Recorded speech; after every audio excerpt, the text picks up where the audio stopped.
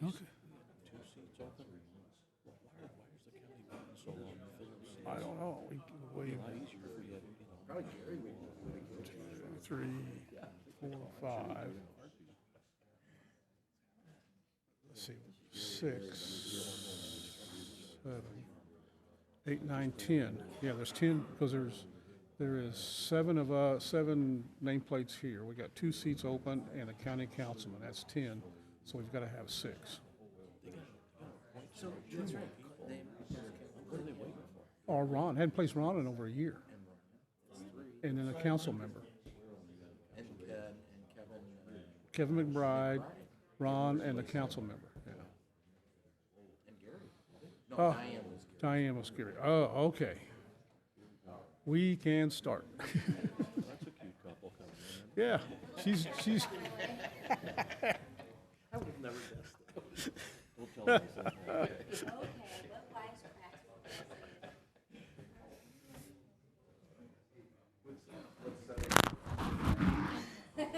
Well, they. All right. How are you?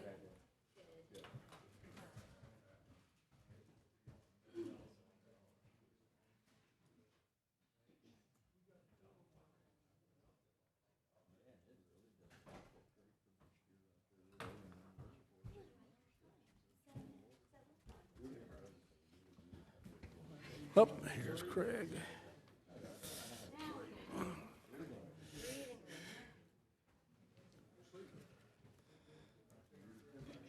Yeah.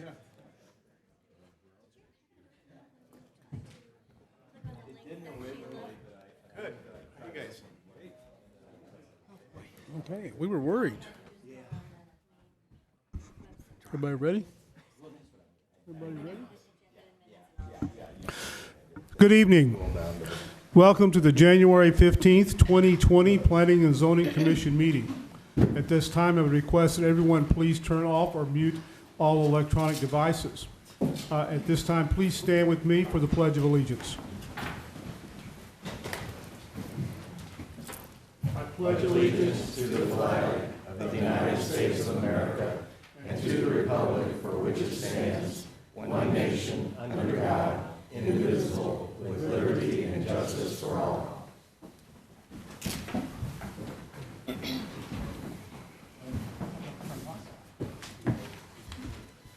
Conditional use permit requests will be heard tonight, and once the commission makes a recommendation, the applications will be scheduled to be introduced at the Monday, February 10th, 2020 County Council meeting. Public comment will be taken tonight and at the council meeting on Monday, February 10th, 2020. Public comment on conditional use permit applications will not be taken at any meeting of the county council held thereafter. Applications for rezoning will also be heard tonight, and once the commission makes a recommendation, the applications will be scheduled to be introduced at the Monday, February 10th, 2020 County Council meeting. Applications for preliminary subdivision plats heard during tonight's meeting will be voted on by the Planning and Zoning Commission during the meeting. The vote on preliminary plats is final. Only a recommendation for denial of a preliminary plat would be heard before the County Council. The following documents are introduced as a matter of record for this evening's public hearing and regular meeting of the Planning and Zoning Commission. Those documents are the Unified Development Ordinance of St. Charles County, including zoning maps, and the year 2030 Master Plan for St. Charles County, which includes the year 2030 Future Land Use Plan map. I see that we have a quorum. Do I have a motion to open the meeting? So moved. Is there a second? Second. All those in favor sign aye. Aye. We'll open the meeting.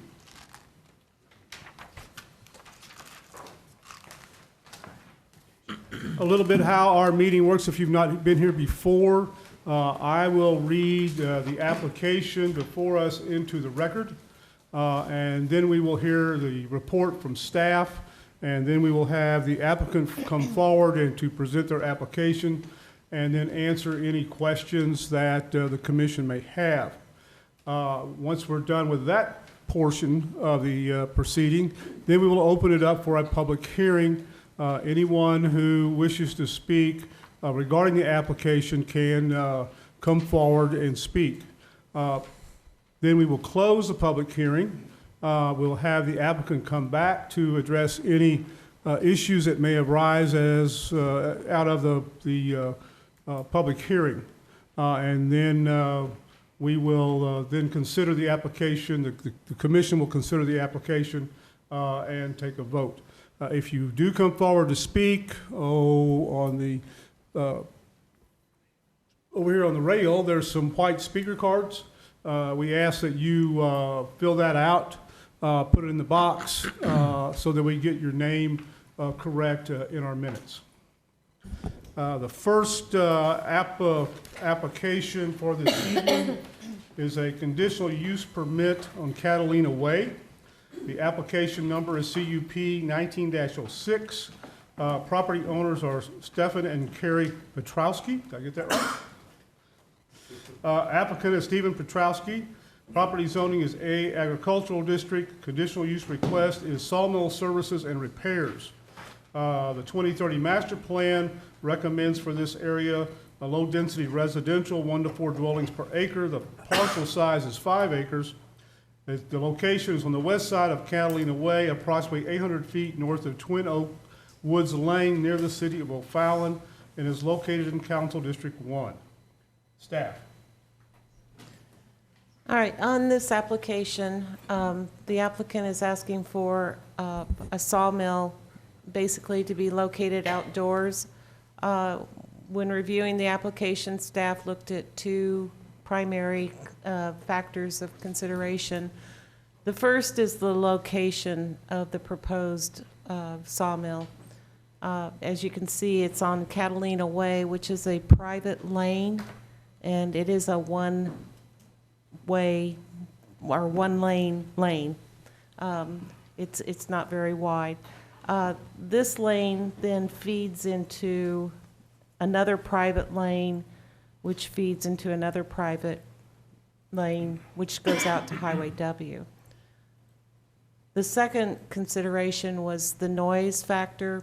The sawmill, I think it was a Timber King 2000.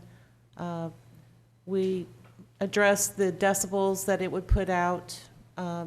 Basically, it was going to be 80 plus decibels.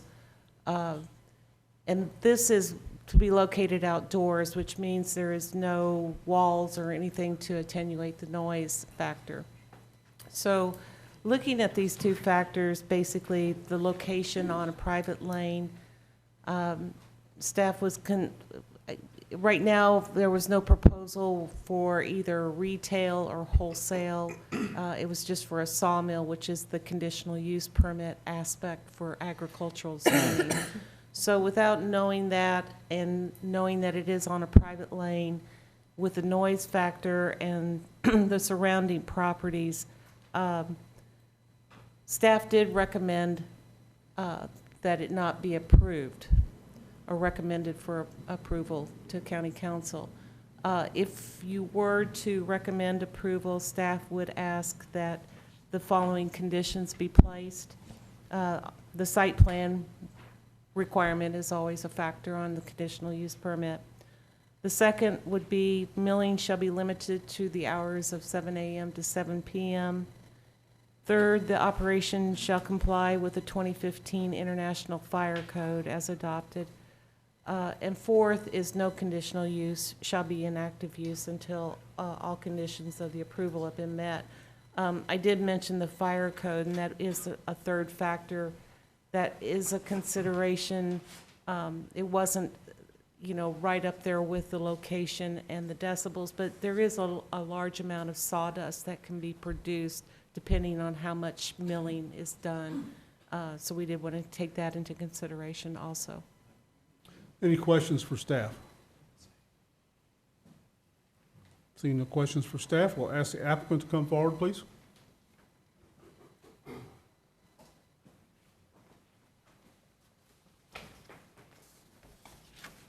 Drop this in the box.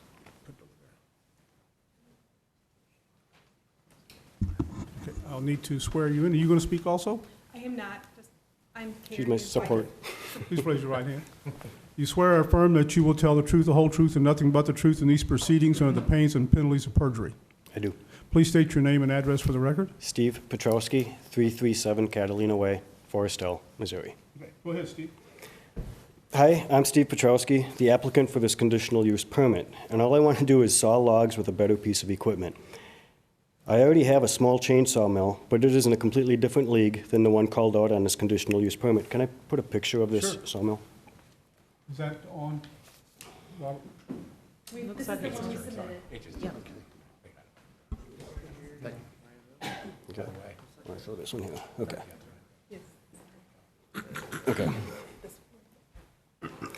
I guess I have a minute or two to give some background, so I'll explain that the reason I pursued this nice of a piece of equipment is because it became available when Donnie, the gentleman that I hired to saw my logs, unexpectedly passed away in August of 2019. And this was the sawmill he owned. I soon found out that this sawing service proved hard to find, so I tried to purchase the mill a few months later in order to sustain my hobby. I called the county to see if there were any restrictions relating to me sawing logs on my property, and except for the word industrial on the marketing literature, it appeared that this would have been allowed even without applying for a permit. However, due to the word industrial, a permit is required, so this process forced me to address topics that I had not previously considered, namely the possibility of running this as a business. I'm not opposed to sawing logs for others for a few bucks, but honestly, I don't plan to spend my time that way. To this point, I think it is important to note that my first round of paperwork was denied before being submitted to the committee, since I addressed many other questions as not applicable. Later, I was informed that in order for this to move forward, I needed to address all of the questions as possibilities in case this became a much larger hobby or even a business.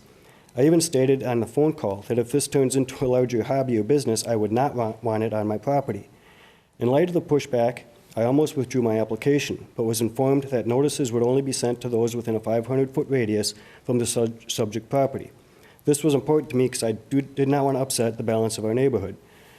About a week later, I decided to press forward by submitting the modified paperwork and paying the fee. Consequently, here we are tonight. I have no interest in changing the zoning of any of my lots. I just want the permission to saw my logs, sustain my hobby, and if time allows, saw a few logs for others for a few bucks.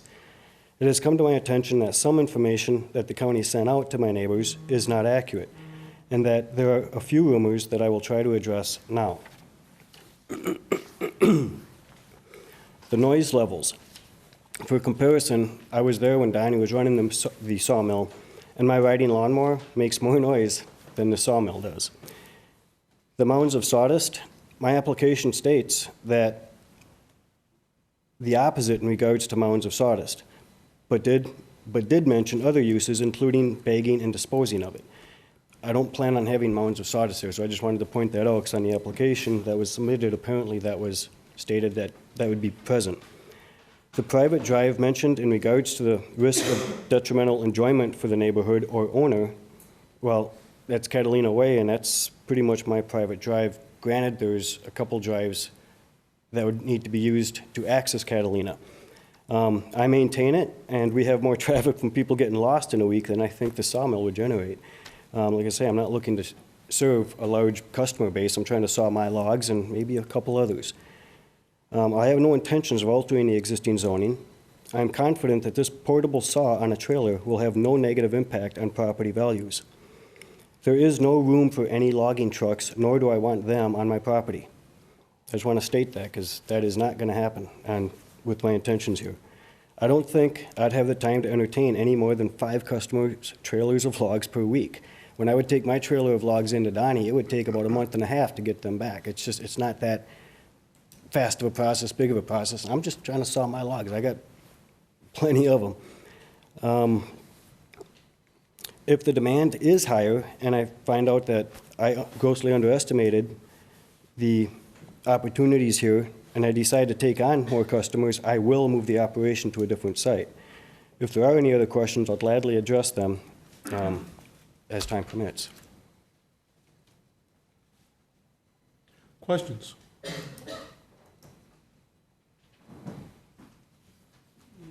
So if we put a bunch of conditional uses on this additional, would you be fine with that? Where you can't have more than this or that, or you can't saw this many logs, or Probably. I say probably because I have a pile of logs right now, so I suspect if this comes through and if I decide to pursue this, up front, it's gonna be used until I have a bunch of boards, because it takes about a year per inch for this stuff to dry. So I'd like to get it cut and stacked. So up front, I suspect it's gonna be heavier. You wanna put conditions on it that I can only serve 5 customers, I would be fine with that, because I am, 5 customers per week. I don't think I'm gonna have the time to do that, and I'm not looking to do that. Okay. So, Are you currently sawing logs on your property? I am, with the chainsaw mill, it's not even close to anything like this. It's one of those, it's a 30-inch bar on a chainsaw. And I've used that, and it's noisy, it's cumbersome, it's awkward. This came available, and I thought, hey, let's step this up a bit. The one I have, I don't like to use, but yes, I do have one. Now, with your finished product, what are you doing with that? I do woodworking. It's a hobby, just I build stuff, and I'm not very good at it, so I need a lot of wood. So, anyway. So, How does the noise level of the chainsaw compare with the noise level of the mill? I think the chainsaw is louder. I remember when I'd be standing next to this, I'd be able to have a conversation with the guys. When I have my chainsaw running, that's not, I got earplugs on just to. It's not as loud as your chainsaw? I don't believe it is, no. It's got a 30 horsepower motor, or 37 horse, but I have a 30 horse riding lawnmower that makes a lot more noise than this. Sitting on my riding lawnmower, I cannot hold a conversation. Standing next to this, I could. I'm guessing they have tighter restrictions. I don't know. How long have you been using your chainsaw equipment? I've had it for about a year and a half. And right now, it's just sitting in the barn because I have enough wood for a while, and it's just really not that convenient to use. Would there be any way to enclose this saw that you're gonna get? I'm sure there would. I haven't considered that because where Donnie had it set up, it was just outside. If I had to build a barn, I'd love to build a barn. Just need my wife's permission. So, I'm sorry, I'll try to keep it serious, but if I had to build a barn, the problem I would have with that is that increases my initial investment. And if it turns into a business, then now I have a vacant barn because I'm going to move it to a different location. If it ends up being something I really don't enjoy, I'm fine with having a barn. It's just not something I want to do without knowing what this could turn into. Right. So how many hours a week would you anticipate, at least getting started, that you'd be using this machinery? Due to the restrictions of 7 to 7, that doesn't leave me a lot of time outside of my job, once I get home from work or go in the morning, but if I'm not working, I guess I'd probably run it while logs are there. I don't know how to answer that We're question. talking 20 hours a week, maybe? I think that'd be a lot more than I would probably get out of that. Okay. Weekends, I guess, might bump it up 8 hours a day, so I guess maybe 20 is real. So like this time of year would be primarily dependent on the weather and weekends only? I know Donnie didn't run it when it was raining or snowing. He would run it weekends because during the week he was working. I'm semi-retired, going back to work here shortly, so my time schedule's going to get a lot more restrictive. So in the evenings, I would run it if I had logs to cut. If I'm tired, I'm not turning it on. I'm here tonight, but honestly, I'm not that ambitious. So I'm just. Where it's presently located, is there power to that site? No. Where the gravel site is, where I would put the saw, Yes. there is no power or utilities there now. There's no water to that? Correct. So if by chance sawdust would ignite,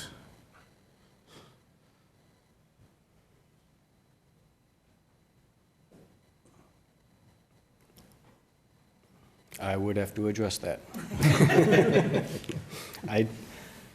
I don't plan on having mounds of sawdust there.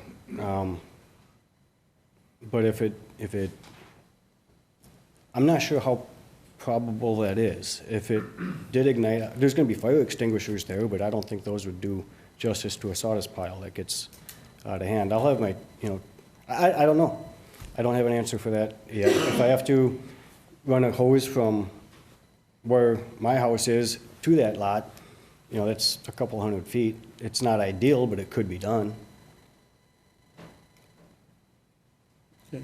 What type of traffic are you looking at as far as incoming trucks bringing in the raw materials versus, and then leaving with the finished product? Is it a lot of traffic every day, or is it I really don't anticipate that. a couple a day, or 10 a Maybe. day? or 5 per week is about all I would anticipate. 5 per week? That's about all I could handle. And that might be 4 more than I could handle. I don't know. I've not run that, and so I don't know what it can really do.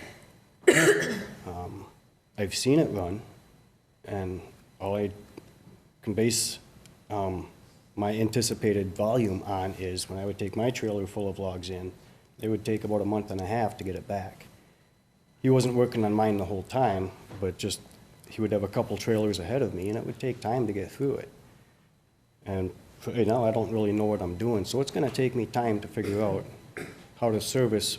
I'm gonna cut my own first to figure out if I even enjoy this or can promise somebody a flat board. But I think 5 trailers a week is probably more than I could handle, a lot more than I could handle. So it's like a hobby now, which maybe turn into a business later, or? It could. It's a hobby.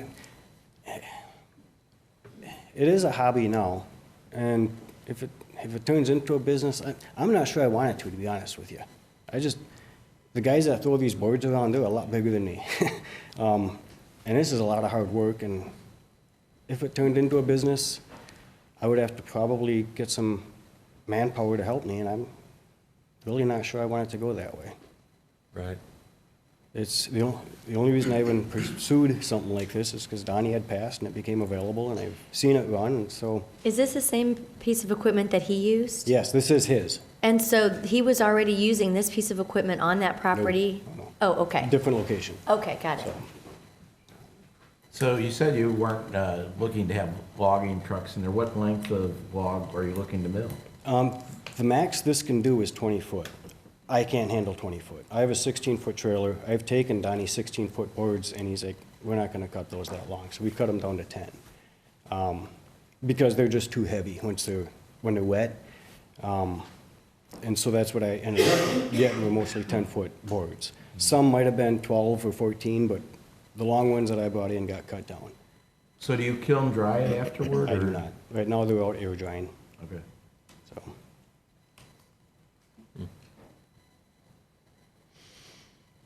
Any other questions? Okay, seeing none for now, thank you, sir. Thank you.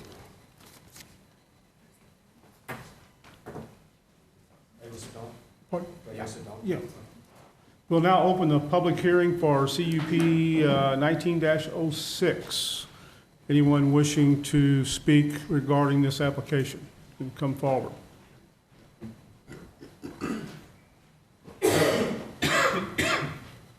I filled out a card over there, so. Raise your right hand. Do you swear or affirm that you will tell the truth, the whole truth, and nothing but the truth in these proceedings under the pains and penalties of perjury? Yes. Please state your name for the record Wayne Kurt Knowlting, and your address, I'm sorry. 63 Farmview Lane.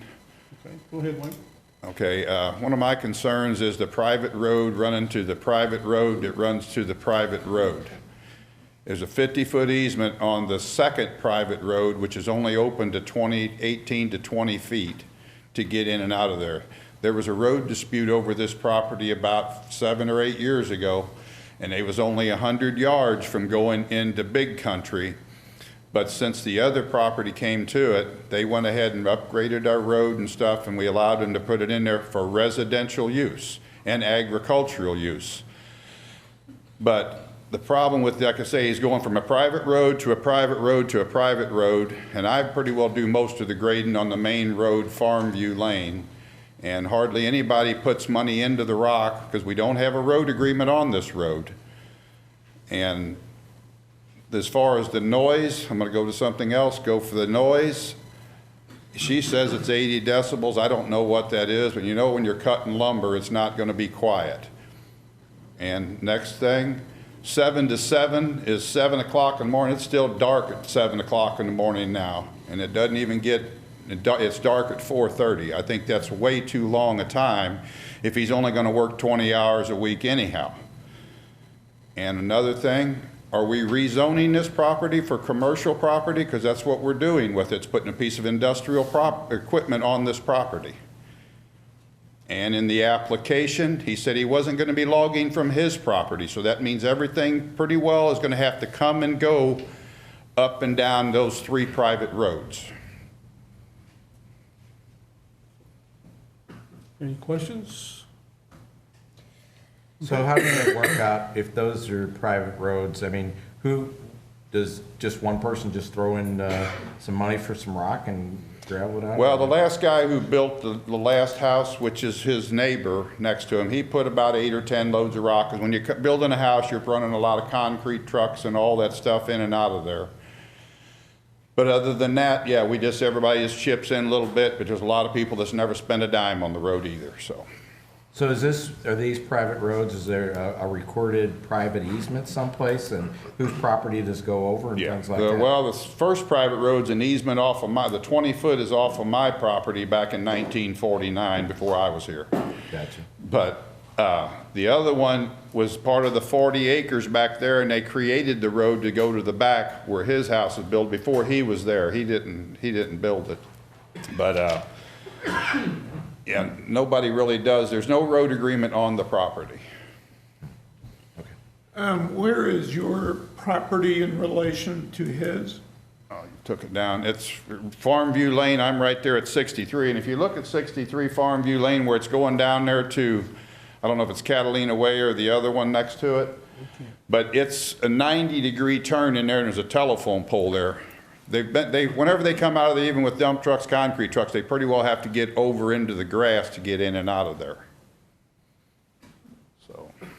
Wally, can you get us a bigger map? I think it would have showed it on there. Our map doesn't.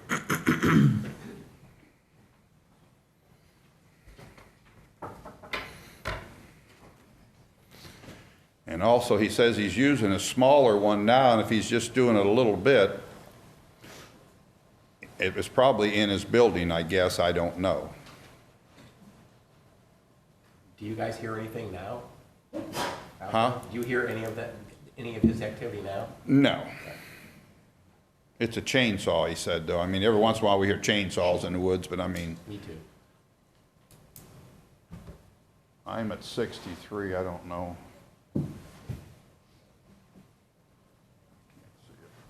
There's Highway W. Well, I'm 40, I'm 40 and 50, you're across the street. It's right there at that corner, isn't it? Up further to that corner. Yeah, right there's where I'm at. That's my road that runs alongside, my house runs right alongside there. The front of my house faces that road. That's Catalina there.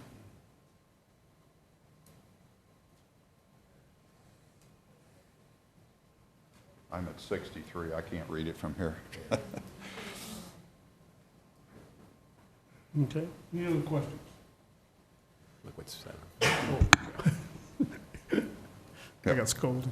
Any other questions? No, there isn't. No, thank you. Okay. Thank you, sir. Okay, thank you. Anyone else wishing to speak?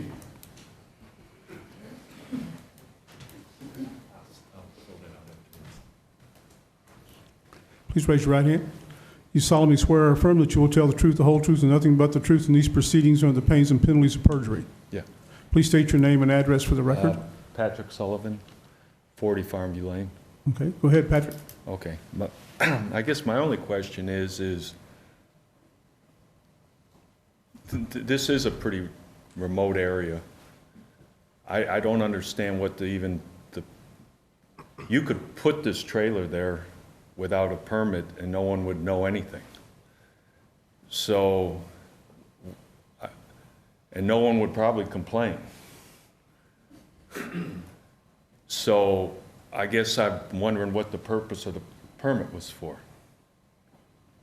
I mean, if you just would have did it, no one would have done anything.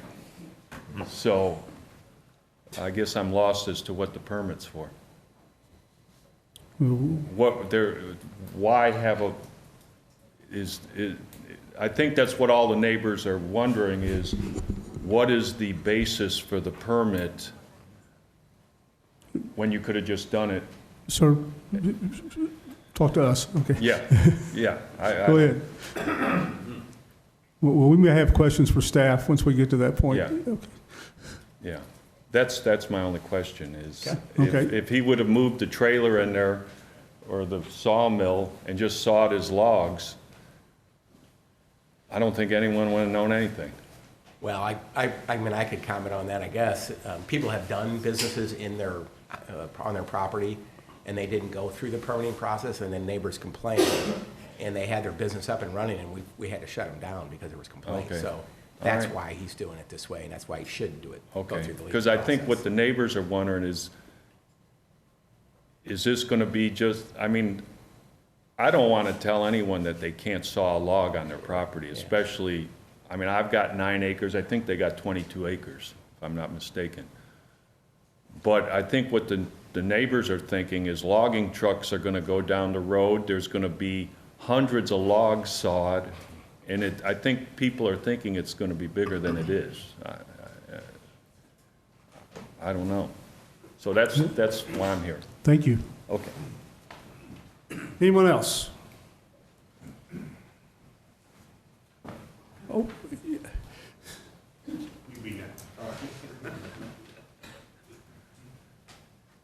Raise your right hand. Do you solemnly swear or affirm that you'll tell the truth, the whole truth, and nothing but the truth in these proceedings under the pains and penalties of perjury? Yes. Please state your name and address for the record. Bruce Melcher, 71 Farmview Lane. Okay. Go ahead, Bruce. I own the property that borders his property, part of it. And we just now have started building a new home there. And if I knew that a sawmill could be put in next to my property, I thought that St. Charles would do something about it, and it sounds like maybe they will. I would not be building a new home there. I'd be selling my home that's there now. I don't want all the noise, and I don't want all the traffic. I think Wayne covered pretty much of everything I was going to talk about, but the traffic there, I own or pay the taxes on that private lane that goes through there. I don't want logging trucks going through there. I don't want the business going through there. And as busy as it is now, it's a one-lane road. You meet somebody on the road, you got to back up. If he brings a business in there, how many times am I going to have to back up? You can't make that turn like Wayne said. There's a telephone pole right on the corner. And my concern is the road now isn't very good right now. And if we let logging trucks come in, he say it's a hobby now. How do I know once he gets a permit that it's going to be a business? I don't want that. And I'm sure everybody here that is opposed to it, the noise is a big thing for everybody. It's a residence. We want to live there and we want to have privacy. I don't want traffic coming in and out all the time. If he wants to build something, go to Lincoln County. They don't have regulations there. So that's my feelings. Any questions? Thank you, sir.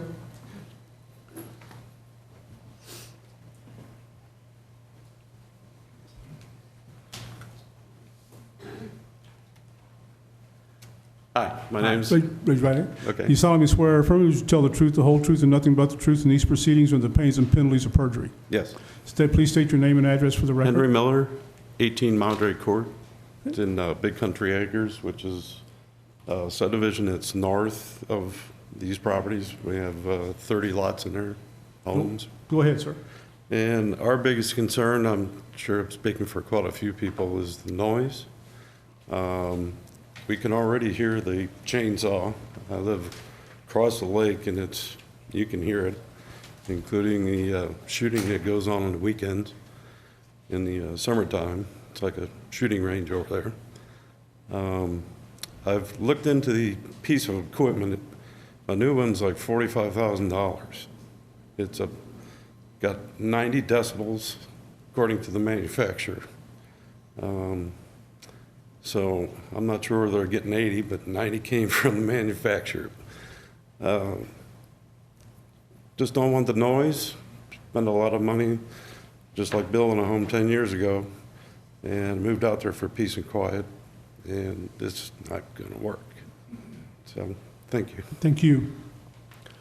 Anyone else?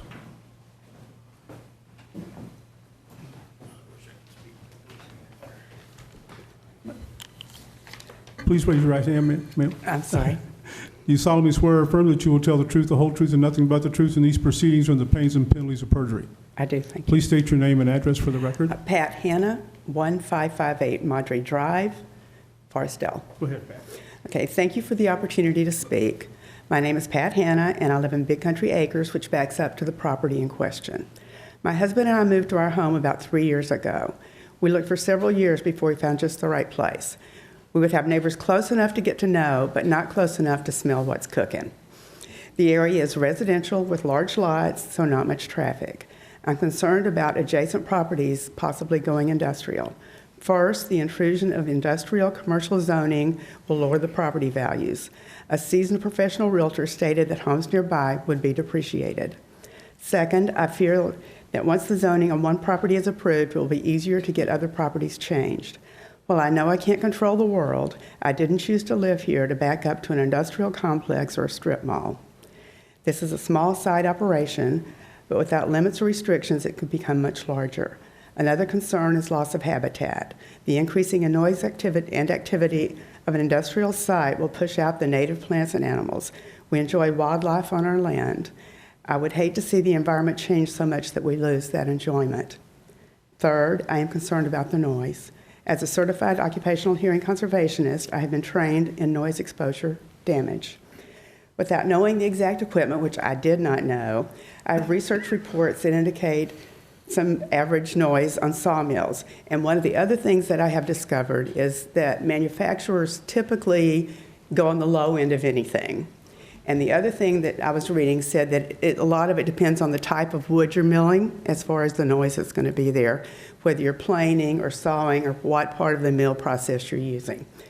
So the average total noise on the sawmill machines from bandsaws to resaws, including the planes, runs from 92 to 101 decibels. Per OSHA, these levels are above the permissible exposure limit of 90 decibels in 8 hours. At 95 decibels, the exposure would be half per OSHA reg, so you could only have it for 4 hours. At 100 decibels, only 2 hours. With the NIOSH standards, they're even lower than OSHA standards, with the exposure limit starting at 85 decibels, reducing every 3, which would mean you could only be exposed to 94 decibels of sound, of noise, for about an hour a day for their recommendations. I don't know what equipment will be repaired, but there will be increased noise with that. Besides hearing loss, tinnitus, exposure to excessive noise causes health problems such as stress, poor concentration, sleep loss, and fatigue, to more serious issues such as cardiovascular disease, including high blood pressure and cognitive impairment. Even constant low noise levels are a problem. I have worked with people in industries like airport employees. I've done hearing tests on FBI and U.S. Marshals, Secret Service, and I've seen hearing loss due to erratic noise exposure, such as unexpected gunfire. I've seen hearing loss due to chronic noise, airplanes that can't be monitored, or people that don't wear their hearing protection the way they should. So hearing loss due to noise exposure is a very definite problem, and so is the other effects on your health. High blood pressure, loss of sleep. People work all different sorts of shifts. My husband, when we moved out there, worked midnights and was sleeping during the day. So it's really hard to say that these are the best hours to do it. We live in a very, very noisy society. We're exposed to noise everywhere we go. Sometimes we can prepare for it. We can wear hearing protection when we mow or use the weed or chainsaw.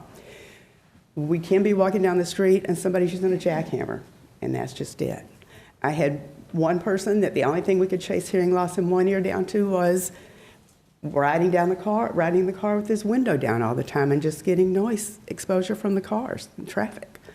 So I am, because of my past history and my training, concerned about hearing loss due to noise exposure. But there are other things that I'm concerned about also. I would like to see this zoning change application be denied. If approved, I would submit that restrictions be placed, such as limiting hours and requiring noise containment issues that would be built for noise abatement. So that. Any questions? Oh, I do have one comment. I know I had a whole lot of stuff. I'm sorry, guys. But I saw you were trying to limit it to 2 minutes. I know I went a little over.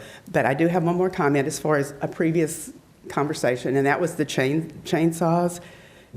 A lot of chainsaws are a little bit noisier. They're usually like 95 to 98 decibels, so that kind of gives you with that. The thing with the chainsaws is their use is a little bit more intermittent and not as continuous.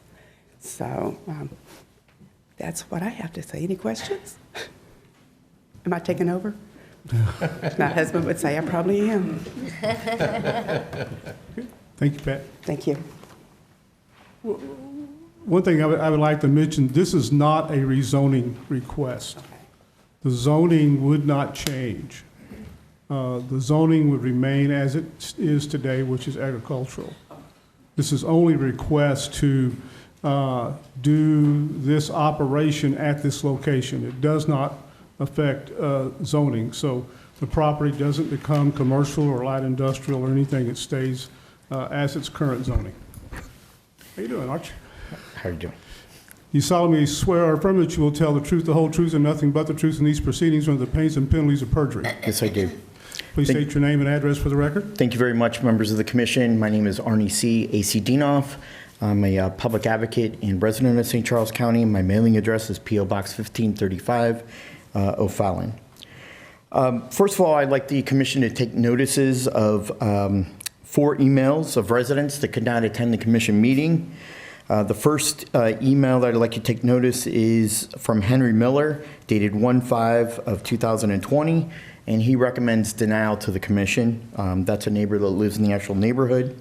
The second email that was received by staff was from Bob Highshoe on January the 8th of 2020, and he does not support this project.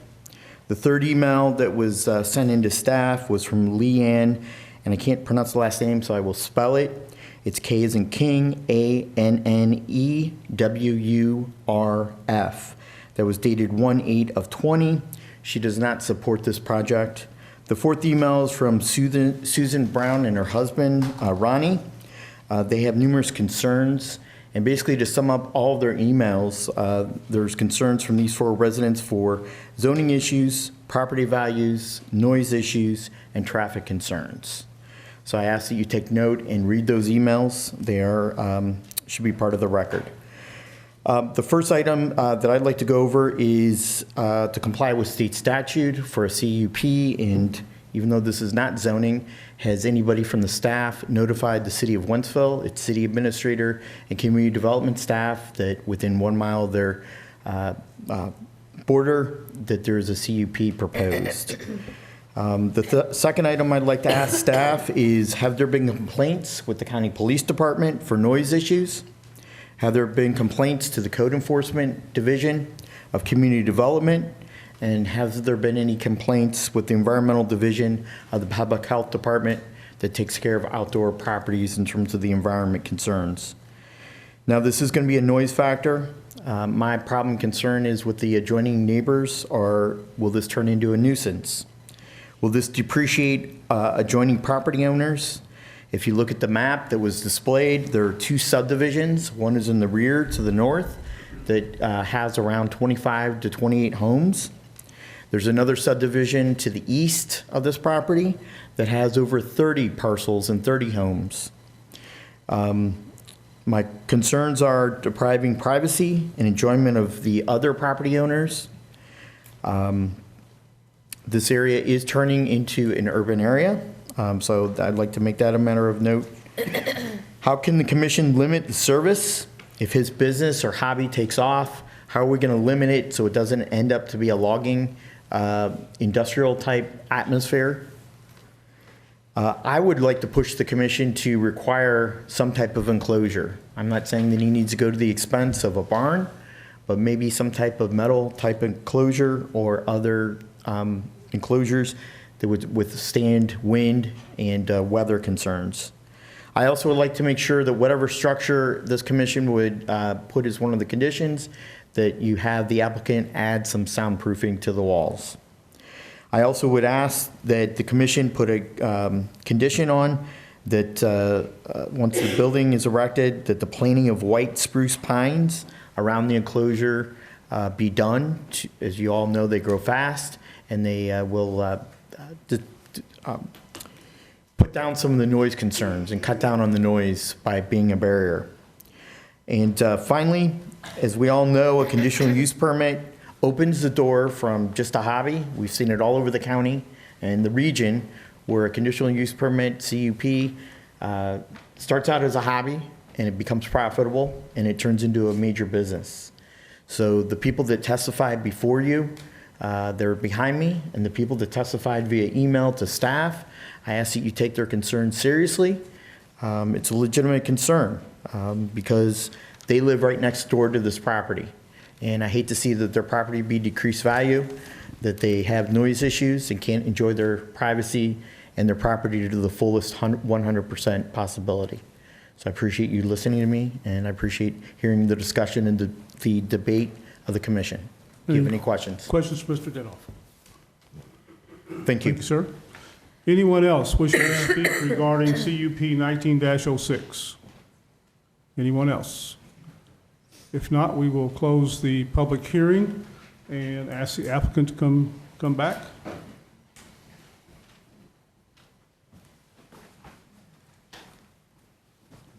Anyone have further questions for the applicant? I have one. I noticed on a site plan here, there's like 7 trucks shown pulling in or leaving, and I was curious as to why we would see something like that when you say there was only like 4 trucks a week going into your property there. Great question. I will address that. And I don't have my list of, there's 12 questions that I need to address. And one of them was overflow parking. Originally, it was not applicable. But I'm like, well, if there's room, I'm just going to put in trucks. No other reason.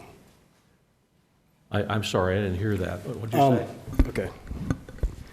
Okay. There's 12 questions that I needed to address. If I could put this here.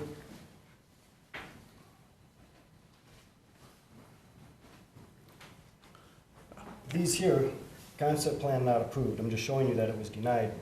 One of the items was, it asks about overflow parking, and I forget which one it was, and I originally had not applicable, but I had to address it. And so I was like, well, if there's room on the side, I'm just gonna pop trucks in there to address this and move on. It's not at all an intention to have all kinds of vehicles there.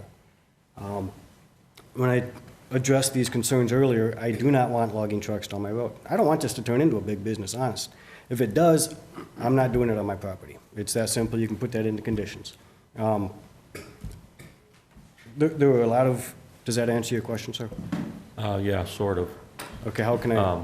Is Catalina Way, is that what the road, that name of that road is? Is that a one-lane road? It's my driveway. That's your driveway? Yes. Okay. Yeah, it is. I'm the only one that lives on Catalina Way. Okay. There's another driveway on that road, but their address technically is Farmview, I believe. Okay, so that's what the trucks are gonna be coming in and going out on? Correct. But like Wayne had mentioned earlier, there are other roads that would need to be used to get to Catalina. Okay. And I have a 16-foot trailer and a full-size pickup, and I've made that turn many times without issue. But he is right, dump trucks are longer and wider, and there's ruts quite often in the sides of those roads. Okay. Any other questions for the applicant? Okay, hearing none. Thank you, sir. Okay, do I address any of the other? Yeah, you can. You can? Okay. Sure. There were a lot of them, and I'm starting to think this hobby isn't all that fun anymore. Anyway, the noise levels, I tried to address that, and a lot of times, I work in manufacturing, if you don't already have a hearing aid, but noise levels are estimated at a certain number of feet. My closest property, the closest building, I'm going off memory here, is about 350 feet away. The difference between 3 to 8 feet from that machine to 150 feet is significant. Absolutely, there's going to be noise. My chainsaw, I believe, is a lot louder. And when I cut those boards, it takes a lot longer with the chainsaw than it does this piece of equipment. So, and why a permit? I had read someplace that someone did this, like you said, you guys shut them down, and it cost them, not only do you shut them down, but you, I believe, assigned a penalty per day until they became into compliance. And so I was like, I'm not gonna play that game. I'm from Minnesota, you can probably tell from the accent, but anyway, so I'm kinda new down here, and I'm just trying to play by the rules, that's it. When I had called originally, I didn't even need it, but it says industrial on the side, that threw me here. So that's why I'm going this route with the permit.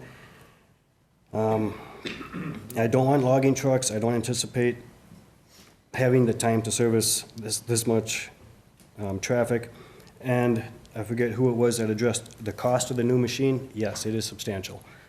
That's not how I'm buying it. I'm buying it from a guy who passed away. The price is quite a bit different. That's why I can even look at something like this.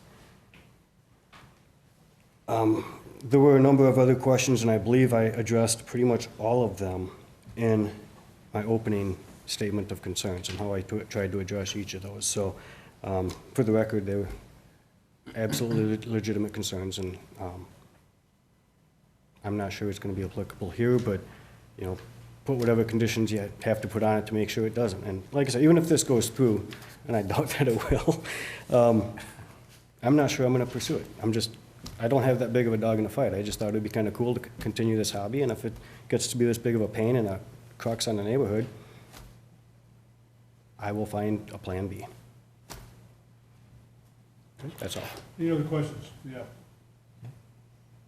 Anything else, sir? Thank you. Thank you.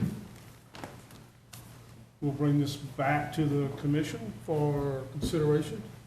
Any questions? Where are you all going to put conditions on this?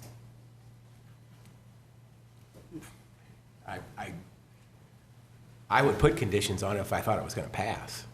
I mean, so if we approve it, without taking a vote, what's the consensus on this commission? You know, I mean, conditions would be an enclosed facility. I don't think he wants to do that. So, and he's pretty much said he doesn't want to make his neighbors mad, I think is what this is about. If he has it, he's going to make them mad.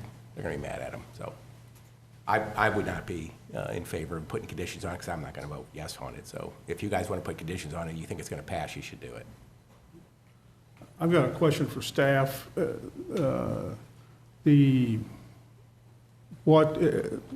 My understanding, he's doing it now on his property as a hobby, and that's perfectly fine.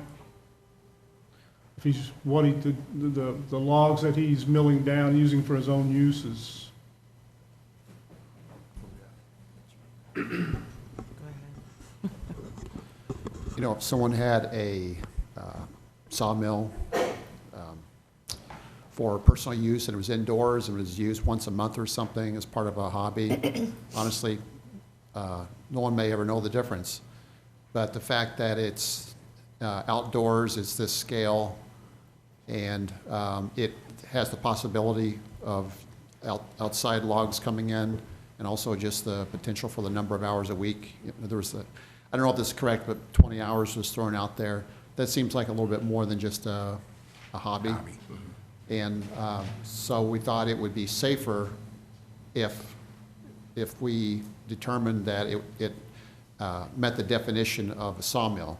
The reason I bring that up is in an agricultural zoning district, there's a specific conditional use. The category is logging operation, sawmill, and mill storage of lumber. And those are the terms that are used. So we felt like that this did fall under the sawmill classification, and then that would be safest to determine that in terms of land use impacts, protecting neighbors, and giving them some sort of say in a process. Anyway, that's how we came up with that. I don't think you answered my question, but that's okay. So my question was, if he goes ahead and buys this piece of equipment, can he, for his own personal use, prepare his logs or his boards?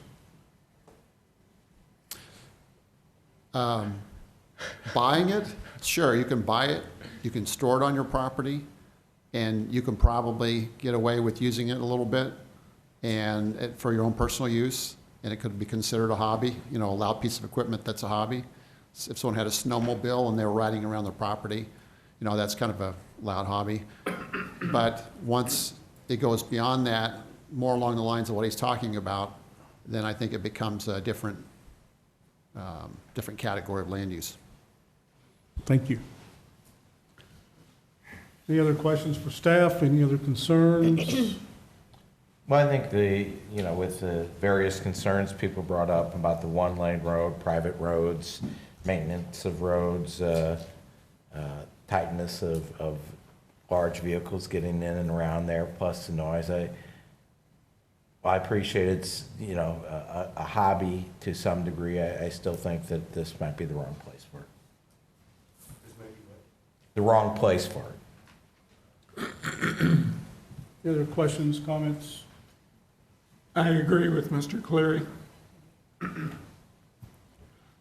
Chair will entertain a motion to approve application CUP 19-06, which is a conditional use request for sawmill services and repairs. Is there a motion? So moved. I'll second it. Mr. made the motion, Mr. Cleary seconded. Mr. Leonard, how do you vote? No. Mr. Fromm? No. Mr. Kuhn? No. Mr. McDonald? No. Ms. Sally? No. Mr. Cleary? No. I vote no. Thank you. Goes before county council still for.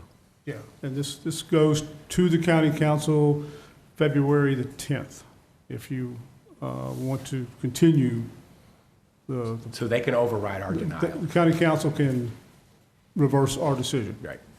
If you want to pursue it. Okay. The next item on our agenda is a rezoning request, Miners Hagen Road, application number RZ 19-16. Property owner is South Miners Land Development LLC. Current zoning is agricultural district, 5-acre minimum lot size. Requested zoning is RR, single-family residential district, 3-acre minimum lot size. The 2030 master plan recommends residential rural district, 3-acre minimum lot size. The parcel size is 91.98 acres. Location is in the southwest corner of the intersection of Miners Hagen Road and South Point Prairie Road, located in Council District 2. Staff. There's two separate applications on your agenda tonight. First is a rezoning and second is a plat. So I'd like to address the zoning first. The property that in question is about 92 acres, and it's specifically southwest corner of Minerchagan and South Point Prairie Road. Generally speaking, this is located between New Melly and Wentzville, west of Highway Z. About roughly 4 miles north of New Melly, about 3 miles at the closest point to the city of Wentzville. And it's an area in which our 2030 master plan calls for future rural residential uses. And the master plan defines rural residential as primarily single-family residences on large lots, generally 3+ acres. Clustering is encouraged. The raising of horses is permitted. And secondarily, with supporting and complementary uses, including open space and recreation, equestrian uses, schools, places of worship, and other public uses. I would note that this location that, if you go back to, if possible, yes, please, thank you. The light yellow with the black outline, that's our 2030 master plan's recommendation for the rural residential area. And the yellow area is the master plan's recommendation for low-density residential, which would be 1 to 4 dwellings per acre. In between, you see a dashed line, and that's called the urban services area in the master plan. So that's potentially where sewer someday could be provided down to that point. That was prepared in conjunction with the utility companies when the 2030 master plan came about. Realistically speaking, though, between Highway N, which is about a mile and a half to the north, and this area, it's going to be some time before there's ever sewers available. But I did want to point out the proximity for that it's next to what's called the urban services area, and the fact that this specifically is called out in our master plan for the rural residential uses. The current zoning is agricultural, and I figure that roughly 17 residential lots could be developed with the subdivision under this zoning district category, and under the proposed zoning district category, it's actually specifically 28 lots is what they're proposing. So the difference is roughly 11 homes we're talking about under current zoning versus proposed zoning. I mention that just because the current agricultural zoning does allow residential subdivisions by right, but they would have to meet the 5 acre minimum. We did receive 2 letters of opposition, one from the Carruthers and one from the Dempseys. Let me make sure I'm not missing anyone here. And also another letter from the Zalmans in opposition. So we received 3 communications in opposition. County staff is recommending approval for the rezoning as conforming to the 2030 master plan's recommendation. The only other thing that I would mention is that Highway N to the north of this, about a mile and a half, that is a future growth corridor for St. Charles County. In the unincorporated area, we're expecting this to be one of the highest growth corridors over the next 30 years. The timing, obviously, is going to depend a lot on sewer service provision, but I would say that this is considered to be a high growth corridor in the future. Any questions for staff? I had a question for Robert. 28 homes, are they going to be on septic? Yes. Is 3 acres sufficient It for is. that? Yes. Our minimum lot size for septic service is 3 acres.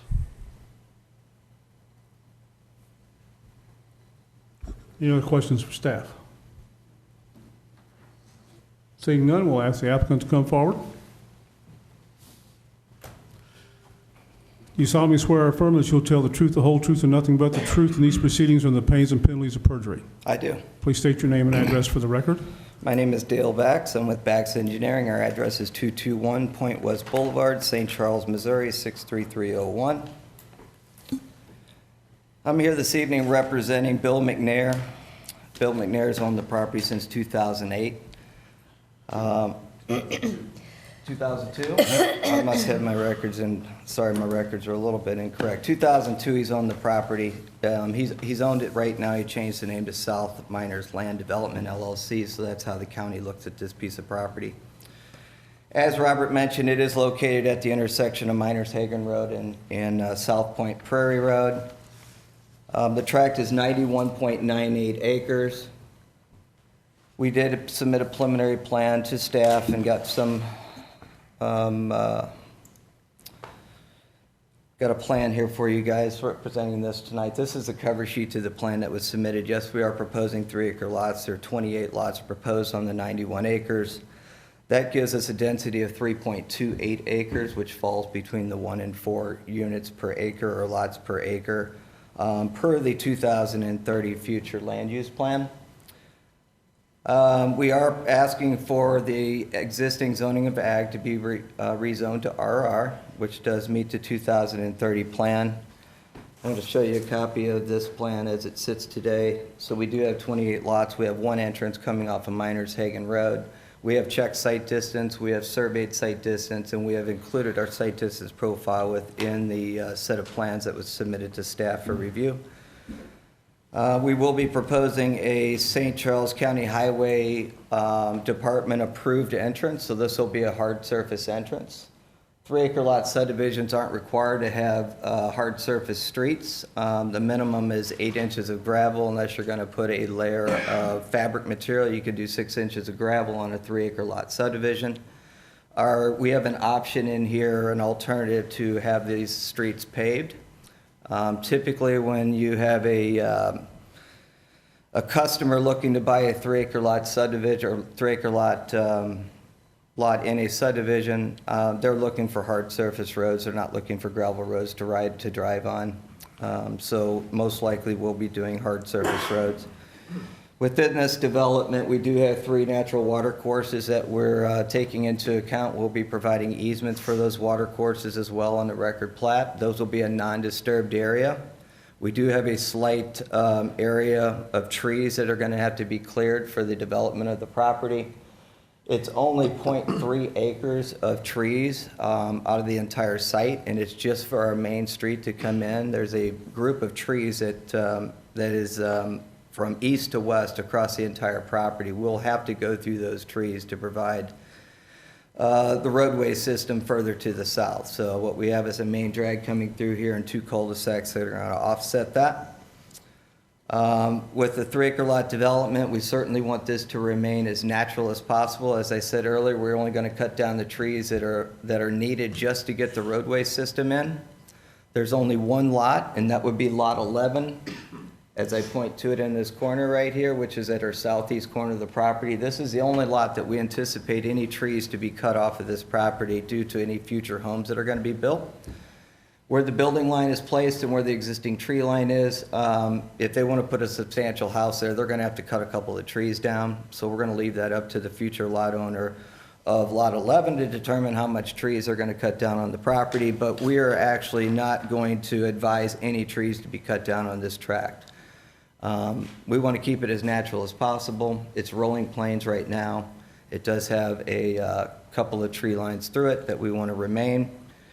As it was brought forward earlier, this is the current zoning map right now. It is agricultural. We have agricultural zoning around us. The 2030 master plan does state for future RR residential for the development. There's no need to pull that up. Robert's already done that. We do have some, I do want to show you guys the future Highway 364 that's going to be coming through here. On this particular plan. Here's a little bit larger piece of it. But as you see, this is 364 today as it comes out. It will continue out past Highway 40 all the way to Highway Z and continue on and tie back into Highway N. Subject property is just south of that particular road that was mentioned previously by staff. This is an area that is going to be certainly developed in the future. And with that being said, the City of Wentzville School District, I shouldn't say the city, I should say Wentzville School District, it's not owned by the city, and the St. Charles County Library District has already acquired property in this area for future growth of their districts. So we are anticipating some single-family housing to come into this development. With that being said, like I stated earlier, this is a piece of property that's been owned by this gentleman since 2002. He obviously has a lot of concerns about the development of this property and wants to keep it as natural as possible. So I'll certainly be available to answer any questions you might have for us. We do have DNR. We have been submitted to DNR for wastewater for septic systems. So these lots, as mentioned, will be on septic systems. They'll be served by private wells.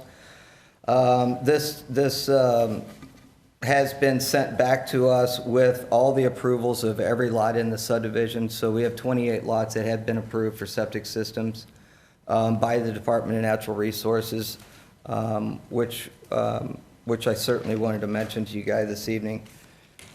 And with that, I'd certainly like to answer any questions you might have for us this evening. Your interior streets, will they be private or public? They'll be private. Will you have a homeowners association? Yes, there'll be homeowners associations. We have a small bit of common ground. Other questions? Have there been any subdivision restrictions at this point drawn up in terms of types of house, size of house, things like that? No, I have not seen any subdivision restrictions put forth on this property yet. When we do a record plat, there will be subdivision restrictions and covenants that will be recorded with that plat at that time. Staff will be reviewing those covenants and restrictions prior to recording. And so it looks like the streets are what, 20 feet wide roughly? Yeah, So- that's what we're proposing at this Proposing, time. right. 42-foot wide right-of-way, which is the minimum right-of-way width or easement width by the county. And maybe this goes under the discussion of the plat approval. Yeah. Yeah, okay. Thank you. Any other questions regarding the rezoning? Rezoning.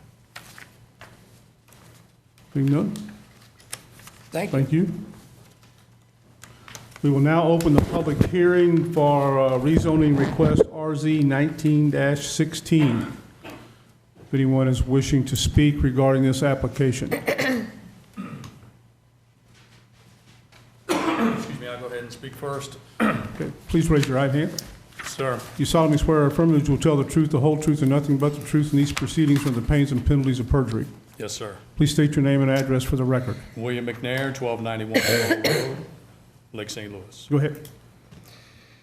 Well, I want to start off just saying hi to all my neighbors who came out and thank the Planning and Zoning Commission for your time and your service.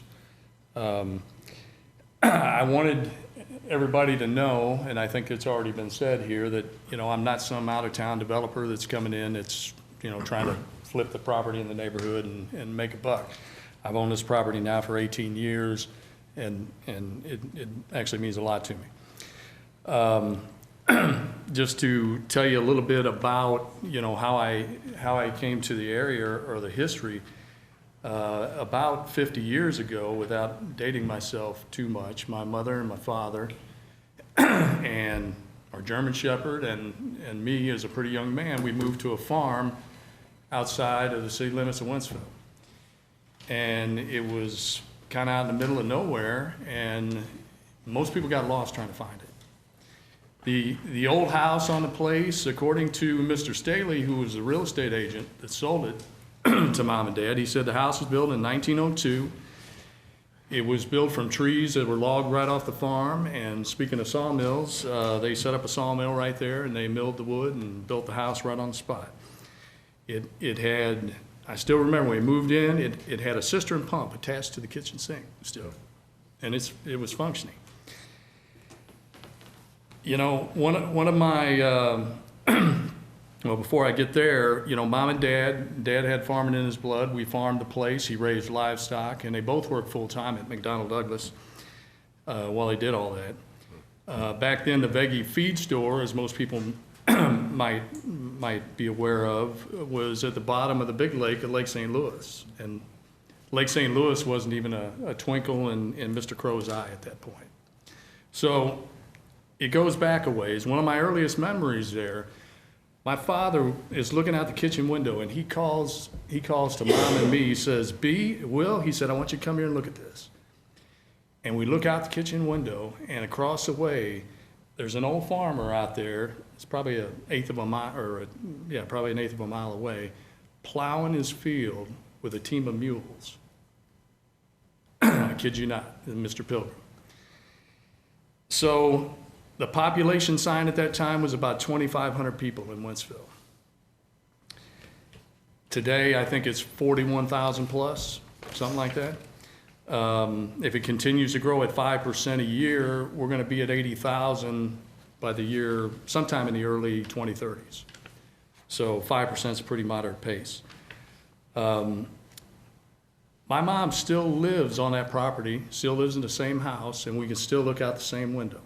Well, it's, it's probably a 70s vintage window now instead of 1900, but in that same spot where the guy plowed that field with the mules now is over 1,400 homes. They put 3 an acre in there.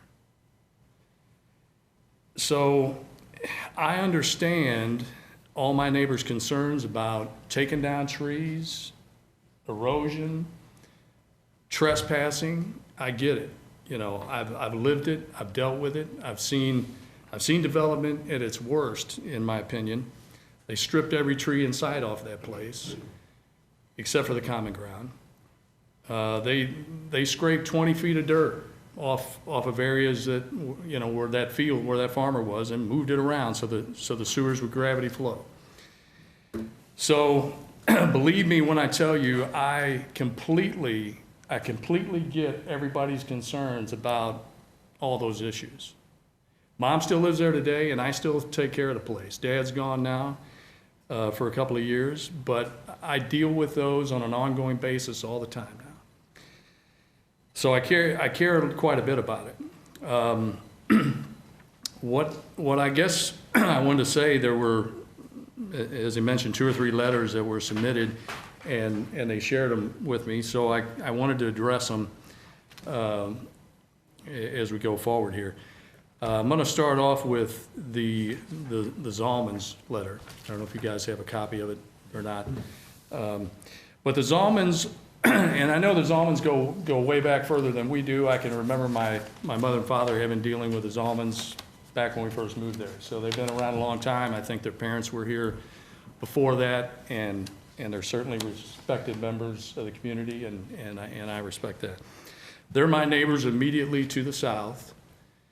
And my southern border is their northern border. They live on about 62 acres there. Most of that appears to be open agricultural ground that they live on. They also, looks like they own another piece to the east of me, which about a half mile to the east. We don't border each other. And it's about 160 acres of heavily wooded property. Now, their letter, when I first read it, I thought maybe they were talking about our border to the south when they were talking about agricultural property. However, their property to the south actually drains onto my property, so I said, well, that can't be what they're talking about. So that's when I figured out they had the other wooded tract down there. So they're about a half mile downstream, and like I said, it's a heavily wooded piece of ground. I don't know if anybody wants to put a picture of it up, but there's two creeks, it looks like. Mr. Zalman alluded to some erosion problems that he has, and he wasn't specific about them. So I don't know, and I'm sure he'll probably tell us what they are. Address us. They'll have their opportunity. But what I was going to say is it looks like there's 2 creeks that cross this property. One of them is the Little Dardine Creek, which is a very major creek in the area. And then our watershed, which really starts basically at my place, although there's a little that flows off his place to the south, is a very gentle sloping area that starts a small tributary that will actually feed into the Little Dardine Creek, half mile or so down the creek. So there's not a lot of water. I don't know what the numbers are, but if you eyeball it, it looks to me like most of the water that crosses the property there comes from a Little Dardine Creek. It's probably 90% Dardine Creek, maybe 10% from our tributary, if that.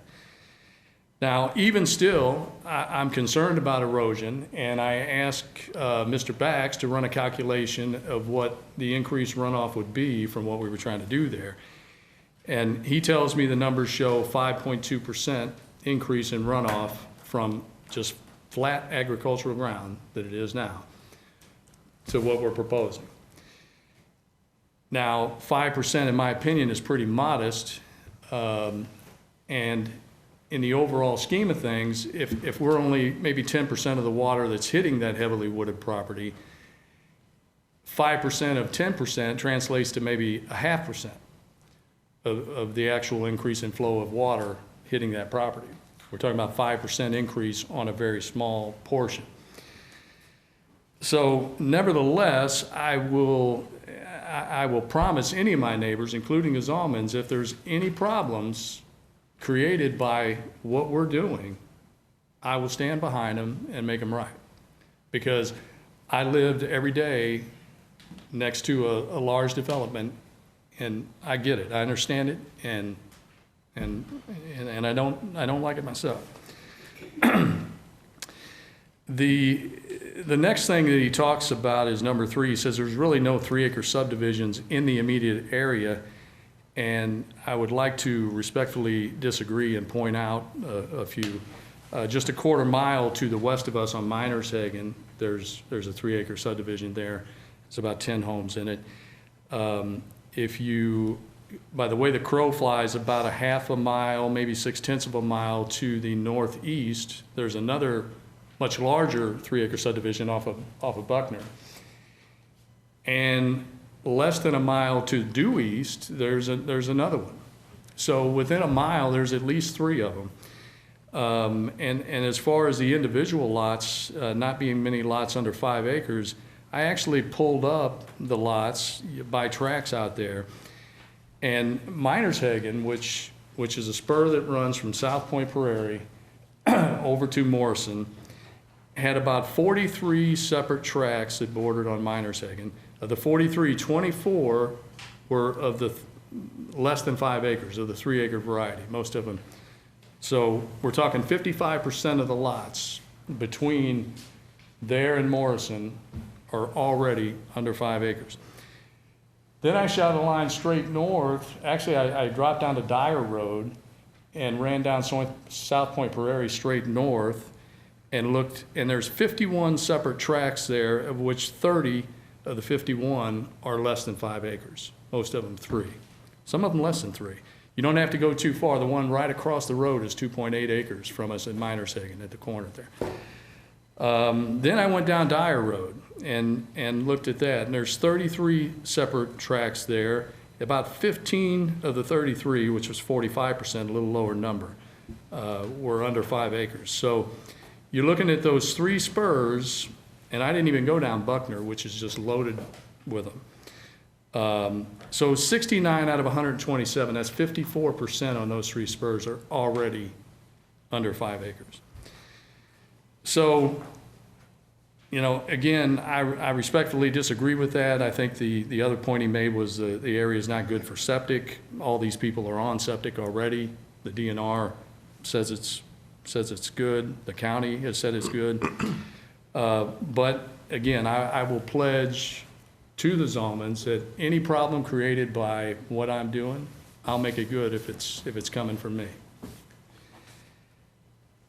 The next one came from Jim and Joyce Carruthers, talking about traffic flow on Buckner. And, you know, the traffic flow, if you look at this subdivision and you figure the amenities of Wentzville is what these people are going to be going for.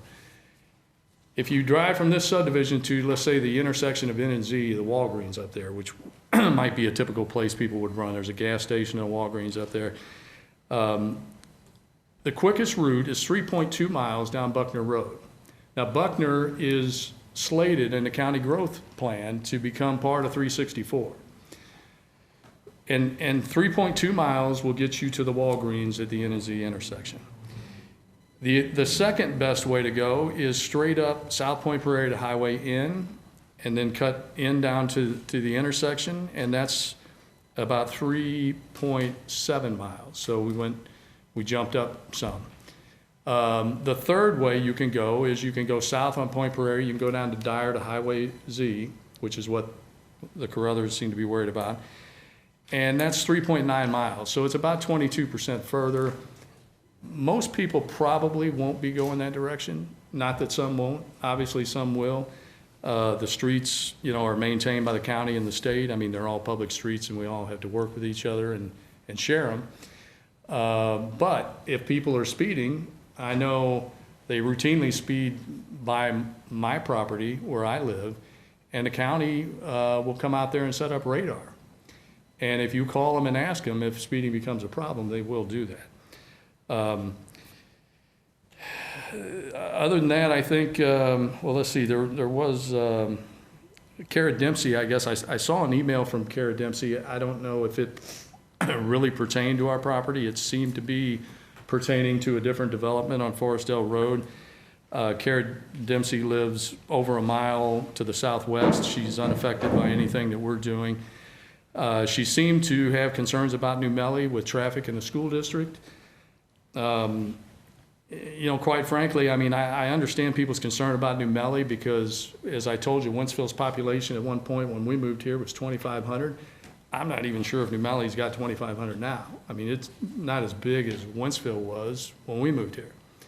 I mean, it's a bar and a gas station and a church and a community center, and I don't know if the grain elevator there is still open. I mean, but it doesn't have the amenities Wentzville is. So the people that are going to move here are going to go to Wentzville. This property is clearly in the Wentzville growth orbit, and New Melly should remain largely unaffected.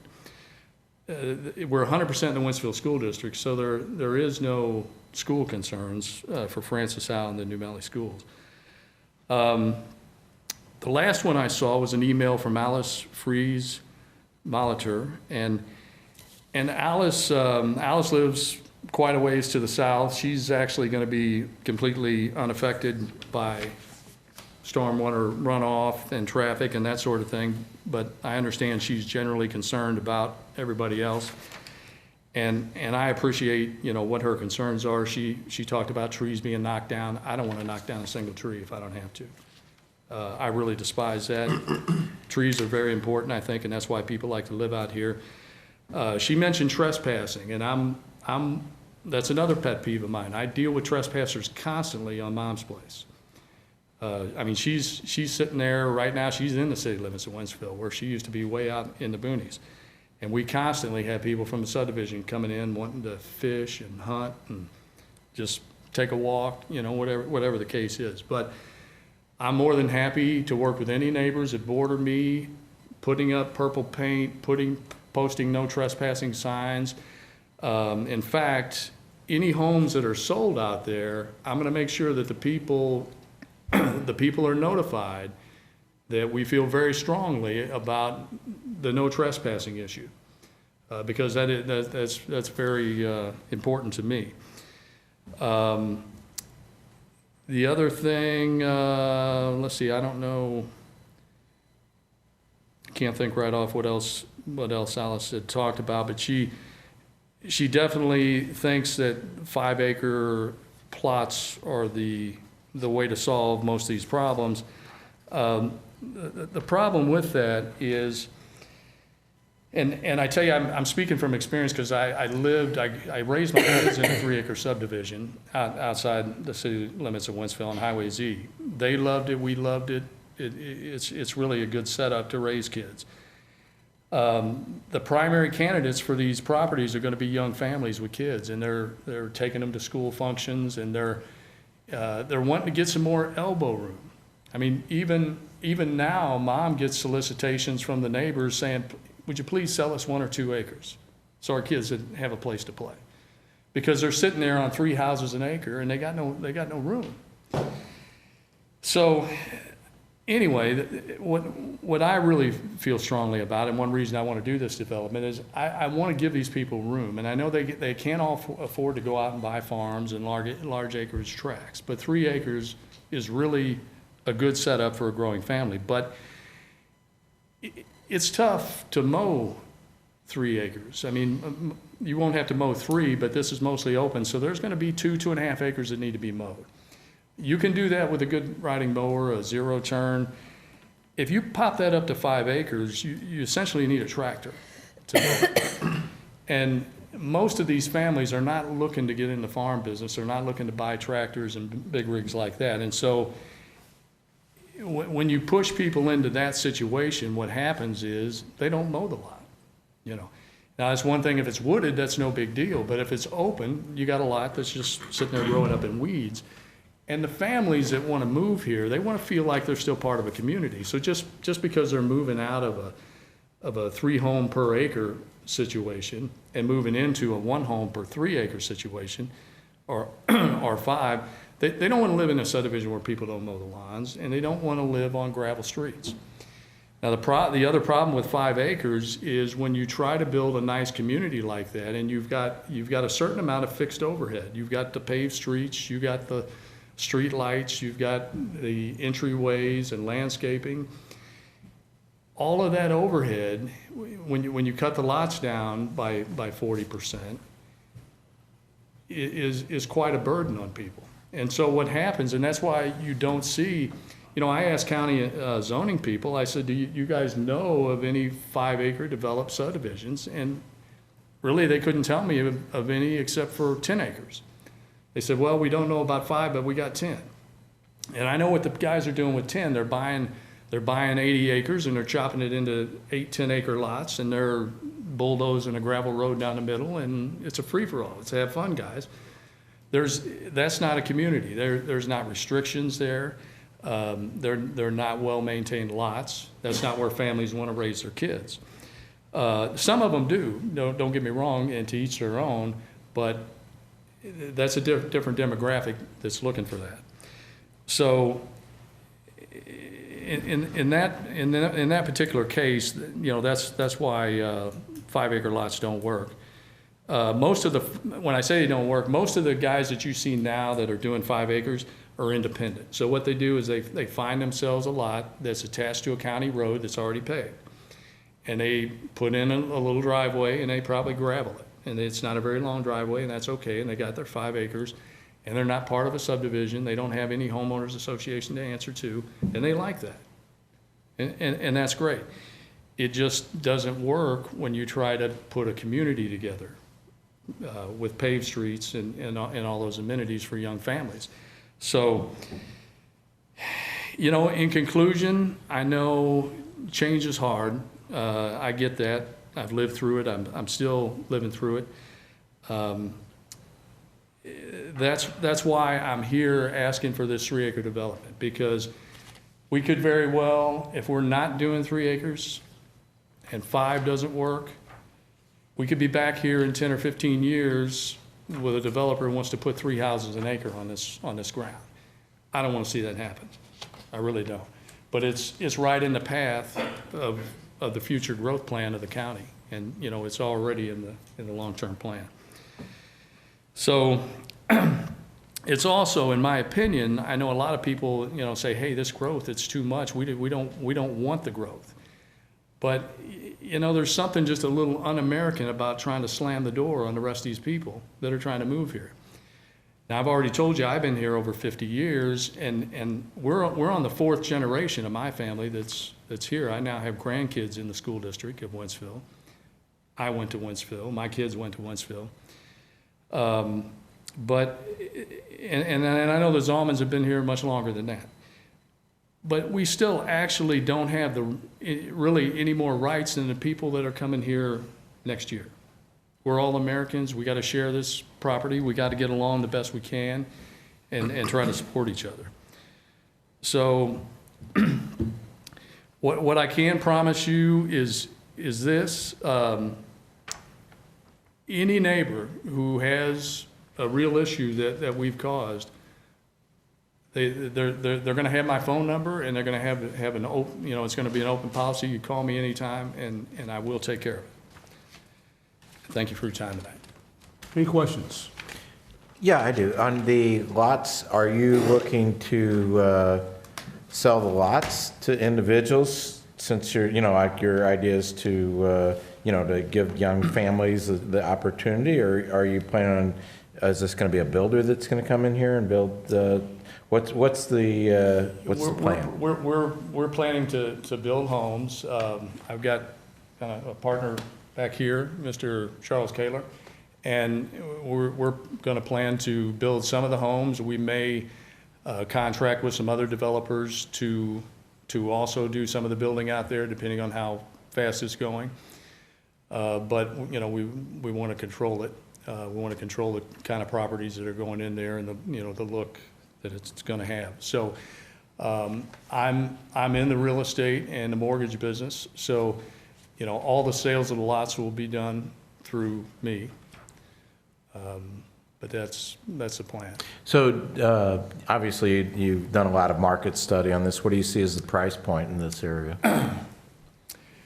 Well, to be quite honest, I haven't come up with a specific price plan, but, you know, it would probably be in the 100,000 range for 3 acres. For 3 acres? Yeah. Okay. And then as improved, probably what, 350 to 500? The houses? Yeah, Yes. with improvement. Yeah. Okay. Yeah. By the time you put the septic and the well in, buy the lot, with today's building cost, you're probably 500. Right. Okay, thanks. Any other questions? Okay, thank you, sir. Anyone else wishing to speak?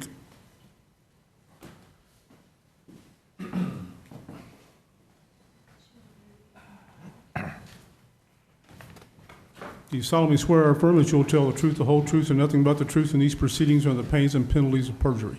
Yes. Please state your name and address for the record. I'm Barbara Heidoff. I live at 3055 South Point Prairie Road in Wentzville, Missouri. Go ahead, Barbara. So since we're talking history, in 1978, I'd been married, and in the fall, we'd lived in St. Charles City area, small lot, and I started looking at bigger pieces of property. Mom and Dad said, as we looked at a 3-acre piece, "Are you sure this is what you want?" And then we began to think big, and we went out and we got our first 25 of the 30 acres that we live on. So, I don't know how to turn this on, but That's an automatic. I just want you to know where I am. So, just, It comes on. It comes on, there you go. okay, all right. It's not very big. So here's the property in question, and I have this L-shaped property here. It's a 40-acre piece. I have almost a quarter mile, or 1320 feet, for those who like math. Oh, my goodness. I am impacted by that property, probably more so than Zolman's. My back property here, this is where the creek runs through that then becomes part of the tributary for the Darden Creek. When this property was being farmed, it was not farmed properly. They did not use no-till, they would till it every year, and I have a pond in the back. Can't quite see it, but it's right here.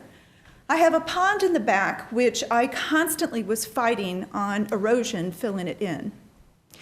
To this day, I'm now concerned even more because he just told me the increase in the runoff is going to be 5.2% more.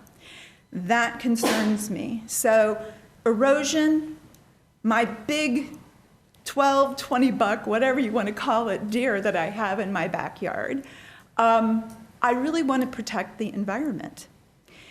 So I would ask that this remain at 5 acres.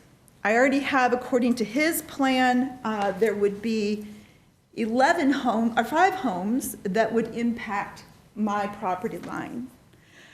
I'm very concerned about that erosion, in particularly because now we're going to put down solid surface and we're going to put houses. So we're going to have less ground to absorb moisture during very heavy rains. And that, as he said, it's a 5.2% increase. Doesn't sound large, but what's the current runoff? I'm concerned also about trespassing. I have tree stands in the back. I have a lovely pond, and believe me, I got to go back to number 1. I have a tree line between my house and my back property. It's my little resort. And I have, just a standard farm fence. And I'm concerned about the people who are going to, one, go use my property, use my pond to fish in, as well as the tree stand. And the fact is that I have trees at one time, because we had a conditional use permit for having a nursery there. And we have trees that we've planted on the property that are beautiful Christmas trees. We already have people stealing those. Now I'm going to have at least 5 homes that reside against my property. I'm concerned about traffic. If you look at where the property is going to come out, this is a 90-degree turn right here.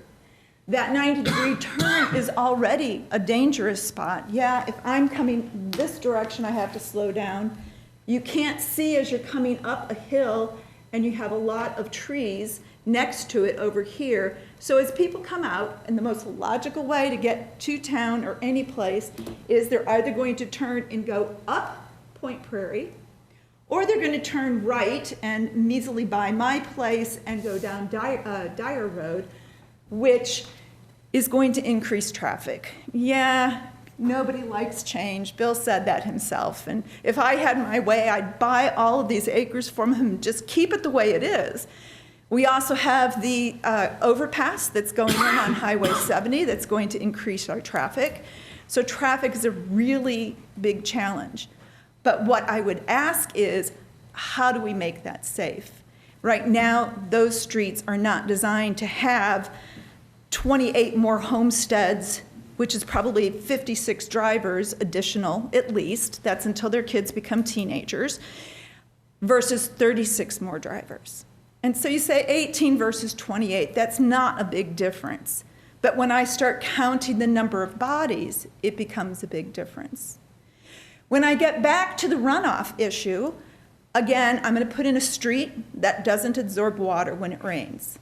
I'm going to have all these homes that are not going to absorb water, and in fact, they're going to concentrate the water, and it's going to go somewhere. I have not seen, and maybe it's in the plans and I couldn't find it, how the runoff situation. Are there going to be ditches alongside the road to help manage that and direct that?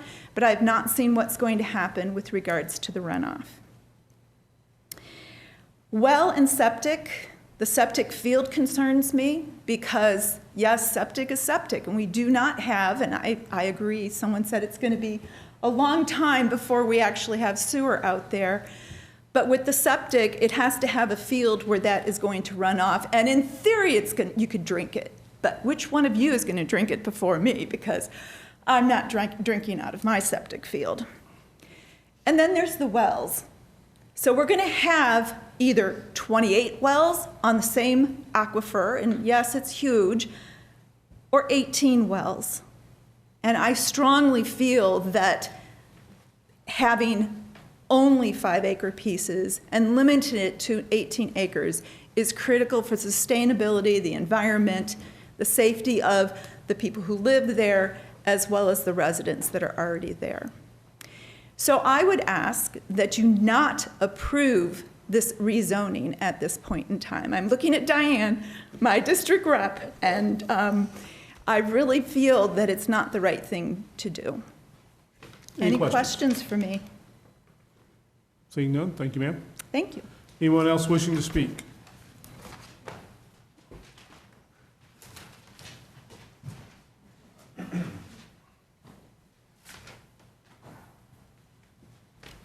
Do you solemnly swear or affirm that you will tell the truth, the whole truth, and nothing but the truth in these proceedings under the pains and penalties of perjury? I do. Please state your name and address for the record. My name is William Zalman. I live at 3485 South Point Prairie Road, Wentzville, Missouri, 63385. Go ahead, sir. Members of the Planning and Zoning Commission. First of all, I want to thank you for your service. It's often a thankless job. It's kind of like I was on the school board for 15 years, and you know, it's you can't please all the people all the time, and that's for sure. Your staff has recommended this rezoning, and I sincerely question that, because there are two things that I think you need to ask your staff when there's any kind of rezoning. Number one, have you talked to adjoining property owners? I don't believe they have in this case.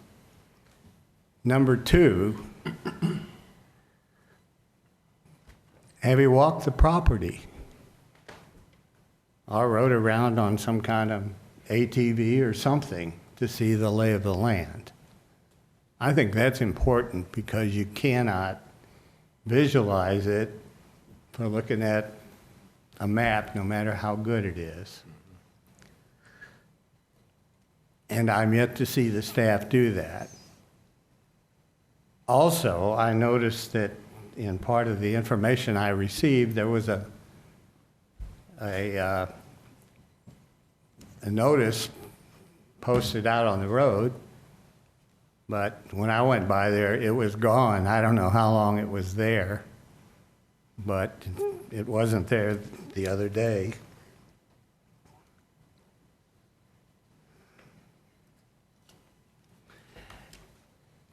You know, Mr. McNair indicated that there were a bunch of 3-acre lots around there. That's true, because at that point in time, agricultural zoning required 3-acre lots. That's been changed to 5 acres. And that's why there were 3-acre lots.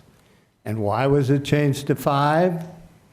Because they determined that 3 acres would not percolate for septic fields. That's why it was changed. And we've got an awful lot of clay in St. Charles County. It's not all good bottom ground like we have down in the bottoms.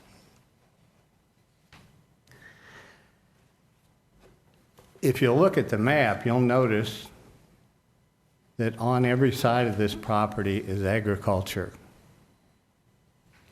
And I think you have to decide, do you want St. Charles County to be one subdivision after subdivision, or is there still room for agricultural ground in St. Charles County? And is that a benefit to St. Charles County? Mr. McNair referred to us as neighbors, but he doesn't live on this property. And to be truthful, I've never met him until tonight. So that's not the kind of neighbor that I appreciate. I've got neighbors that are here protesting this, but you know, it seems to me that there are too many problems at the present time to make it a 3-acre subdivision or 3-acre zoning. 5 acres is better, and if you look at the quality of homes that you find on 5-acre lots, you're going to find they're much nicer, much greater assessed valuation than those on 3-acre lots. I hope you'll reconsider, but I also hope that every time you have a rezoning request, you ask your staff, have they talked to adjoining property owners? Have they walked the property? Those are important things. And yes, they might get their feet dirty, but that should be part of the job. Thank you. Thank you, sir. Anyone else wishing to speak?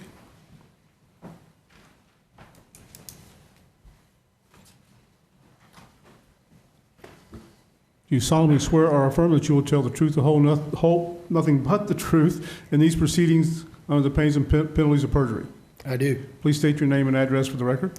Dale Shaper, 1711 Tabitite, Winsville, Missouri, 63385. Go ahead, Dale. I do have a piece of property on South Point Prairie located at 2804 South Point Prairie.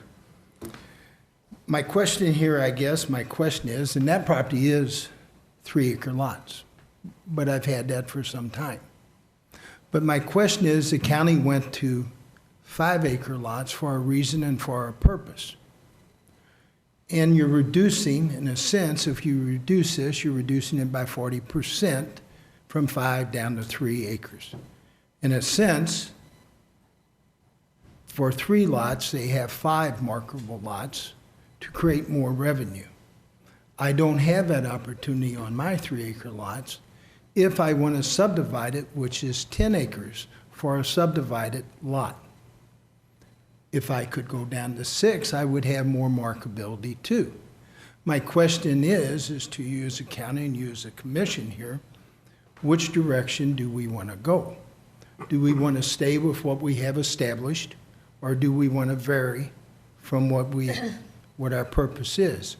If it's 5 acres, if that's what we have moved to, then it should be 5 acres. Unless you're going to give the opportunity to anybody that owns ground in there to either subdivide it at a lesser acreage of 10 to 6, or if 3, we do not have that opportunity because I believe the state also sets that regulation as 3-acre minimum in a non-septic area. I really have nothing else. I ask that you take my comments with sincerity. I do appreciate the opportunity to come before the commission and the county staff this evening. Thank you very much. Thank you, sir. Anyone else wishing to speak?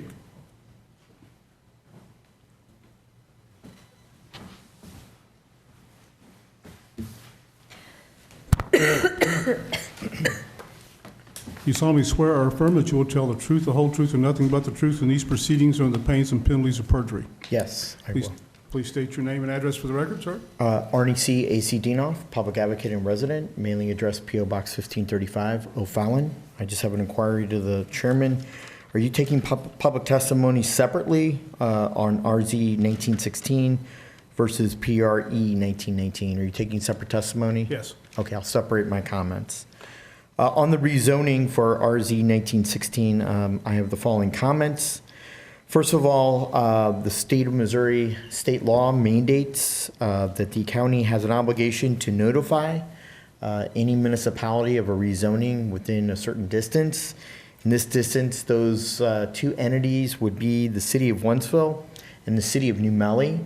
I don't see in the packet where staff notified either jurisdiction. By notifying those jurisdictions, it gives time for their city administrator, community development staff, and the Board of Aldermen to research the issue, to see if it meets with their comprehensive plan passed by that community. And it gives the Board of Aldermen of each community, the city of Wentzville and the city of New Melle, time to pass a resolution to ask the county for a mandated remonstrance, which would require and force a supermajority vote of the county council in this rezoning matter. The second item I'd like to make a matter of public record is the notice requirement. Our county codified code requires that letters be sent to each and every property owner within 1,000 feet of this property. I don't believe that that mandate in that county codified code has been met by county staff. I would ask the county staff to produce the mailing of the people who they mailed to, but I feel that the county has fallen short of notifying the residents within 1,000 feet of this property. Just a matter, I hope you've reviewed the two opposed and against letters. One is from Jim Crothers, email dated 12/11/18. The second email is from Kerry and Mike Dempsey against the proposal, dated 12/15/19. The rest of my issues deal with the preliminary plat. However, the Department of Natural Resources was brought up that there was a letter that Mr. Bax alluded to. Why wasn't that letter and that approval, if it does exist, why wasn't that provided as part of the packet? The county staff should have notified you due diligence and provided you all the information so you can have all that information before making an intelligent vote. So I'd like this county staff to produce the letter from the Department of Natural Resources about the septic system. Any questions for Mr. Denoff? Saying none, thank you, sir. Thank you. Anyone else wishing to speak in part of the public hearing of application RZ 19-16? Seeing no one, we will now close the public hearing. Mr. Bax, you want to come back? Any questions for Mr. Bax? Yes. Is there any plans in your development to have a retention basin for runoff? Because it looks like... That'll be in the next application. Okay. Yeah, we've got to go through this again. Yeah. Any questions regarding the rezoning of the property? Do you want to answer any of their concerns that they brought up during this testimony? Sure. Okay. Well, I'll skip Bill.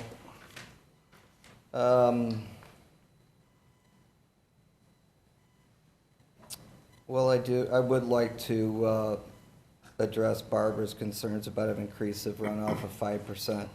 If 5-acre lots are approvable in this zoning district, our increase is 2.86%. So that's the increase that you would see. The 5% increase is if it was staying agricultural. Farm fields, so if we were to build 5-acre lots, you'd see about a 2.2% increase or 2.86% increase in the water runoff on this particular tract, which is very, very, very minimal. County doesn't even require detention for a 3-acre lot subdivision. They know that it's not that much of an impact as far as the water runoff, and it's not required. Bill did mention that he would aid the neighbors surrounding us as far as trespassers. We don't want to see any of the future home builder homeowners there trespassing on other people's property as well. I have been to the property. I've driven this. That intersection at Miners Hagen and South Point Prairie Road, although the turning radiuses are tight, the sight distance is perfectly fine for traffic coming left and right, going north and south on Point Prairie Road. Wells and septic systems, the state of Missouri will allow a septic system on a 1-acre lot. That's the state of Missouri's rules and regulations. The county imposes a 3-acre lot minimum, not the state. Although we do submit to the state, we are allowed to build 6 lots that are 3 acres without going to the state. Any subdivision that's over 6 lots, we have to get an assessment from the DNR, Department of Natural Resources, on how many or how large the lots have to be to support a septic system. We do that on every 3-acre lot subdivision that has more than 6 lots to it. We've seen an array of different letters that have came back, anywhere from 1 acre, which is the state's minimum, so they're not going to tell you they can put a septic tank on less than 1 acre. And I've seen them as high as 4.6 acres before from the Department of Natural Resources. This particular development was submitted to DNR with all the lots specific on the plan we gave them with lot dimensions and areas of the lots. Their report is very specific that comes back. They addressed every single lot in this development and said that they would approve a septic system on every lot, on the 28 lots for the development. So I just wanted to make the record clear that septic systems are allowed on a 1-acre lot within the state of Missouri. St. Charles County enforces them to be on a 3-acre lot. As far as, I'm just kind of going through my notes here. I don't need to address every single comment that was made by them. More or less, most of them are statements that were made. I'm not sure what the notice of requirements that the county sent out, whether they're 1,000 feet or not. I'm assuming they followed protocol and sent letters out to the appropriate people that are surrounding the properties. If there's something that I've missed and you want me to address specifically with some of these concerns, please bring that up and I will address it, any concerns that you guys might have that I might have missed. Any questions? Seeing none, thank you, sir. We'll now bring this back to the commission for our discussion. Questions, comments? I guess I have a question for staff. Now, I know that the planning or the long-term 2030 is calling for these areas to be 3 acres. And there seems to be several questions that have come up. Why are we now looking at 3 versus 5? Could you maybe explain the theory or the reasoning behind that? Well, it's in large part because it's part of our overall plan to offer the opportunity for rural residential land uses in this area. And that equates pretty much with the RR zoning district, which is a minimum 3-acre lot size. And that's, in a nutshell, that's what it's about. This is just as south, opposed to the 5 before. Right. It's currently zoned agricultural, but in this area, it's calling for future land uses of rural residential, be 3+ acres in lot size. And it's because they anticipate more growth in this area? Yes, that's true. I mean, St. Charles County obviously is growing. The Highway In corridor, again, a large part of our growth for the unincorporated county is probably going to take place in that corridor over up to 2030. The county council, when they adopted the 2030 master plan last year, they did increase the the size of the area, the future rural residential, larger than what it used to be. And that was, I think, in large part in order to recognize that there's probably a growing demand for that. And also for the first time, the southern border of that rural residential area, it's been tied in the master plan with slopes, soil, and then also the drainage basin. So all three of those things together help define what the southern boundary of this is. But that southern boundary is far south of here. It's maybe 2 miles south of here, something like that. Okay, thank you. Any other questions of staff? Seeing none, Chair will entertain a motion to approve rezoning request RZ 19-16. The request is to rezone from A agricultural to RR single-family residential district, 3-acre minimum lot size. The area of approximately 91.89 acres, located at the southwest corner of intersection of Miners Hagen Road and South Point Prairie Road. Is there a motion? So moved. Mr. Kuhn makes the motion. Is there a second? I'll second. Mr. Clary makes the second. Ms. Sally, how do you vote? No. Mr. Clary? Yes. Mr. Leonard? No. Mr. Fromm? Yes. Mr. Kuhn? Yes. Mr. McDonald? No. I vote yes, passes 4-3. Okay.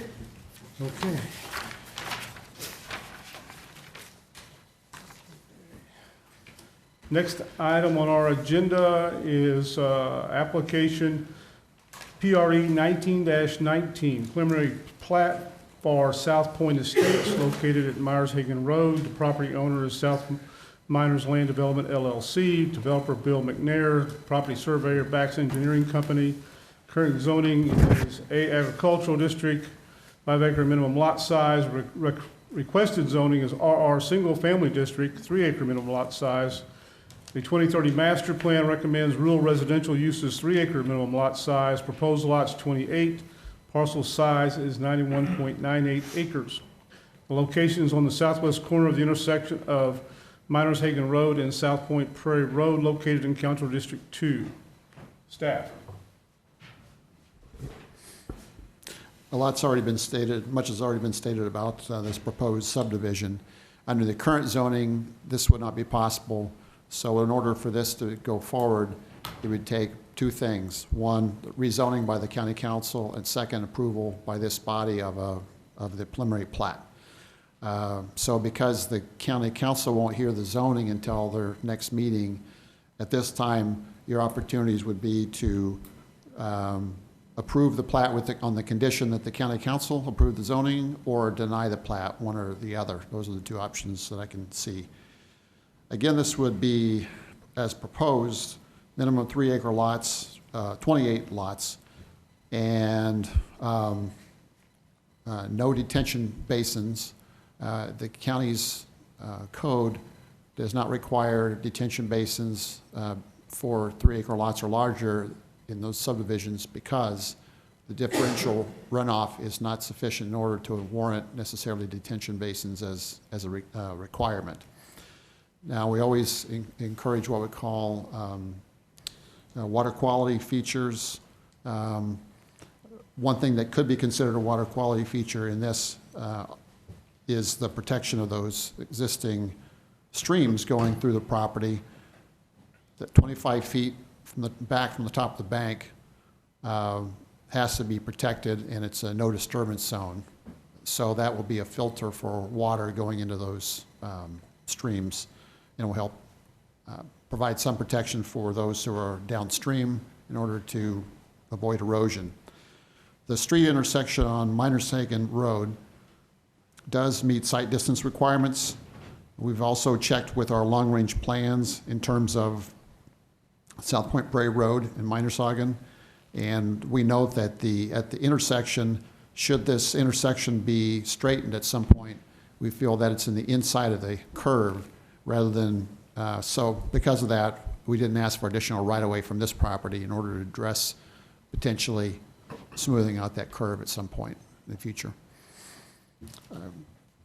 County staff is recommending that the Planning and Zoning Commission approve this preliminary plat on the condition that the county council approve the zoning. Any questions for staff? So how does the county council hear both of these? They heard them at different times, so the zoning request first has to be voted on by county council, and that's 2 times, right? They don't actually hear the plats. Yeah, that's right. Unless Okay. it would be denied. I remember. Or in case someone asks for a variance on a plat. In those cases, then the county council I got would it. see the Yep, plat. I remember. They Yeah. approve the rezoning, Yeah. and we approve, it's Yeah, automatic. I got it. Okay. Any other So, questions? Go ahead. Can we put conditions on this, or is it just yes or no? I would recommend, if you decide you want to approve this, place one condition, and that would be that, that the county council approve the rezoning. Technically speaking, even if you approve it with no conditions, I won't be able to sign the preliminary plat if they don't get the rezoning. So either way, if they don't get the zoning, this can't go forward.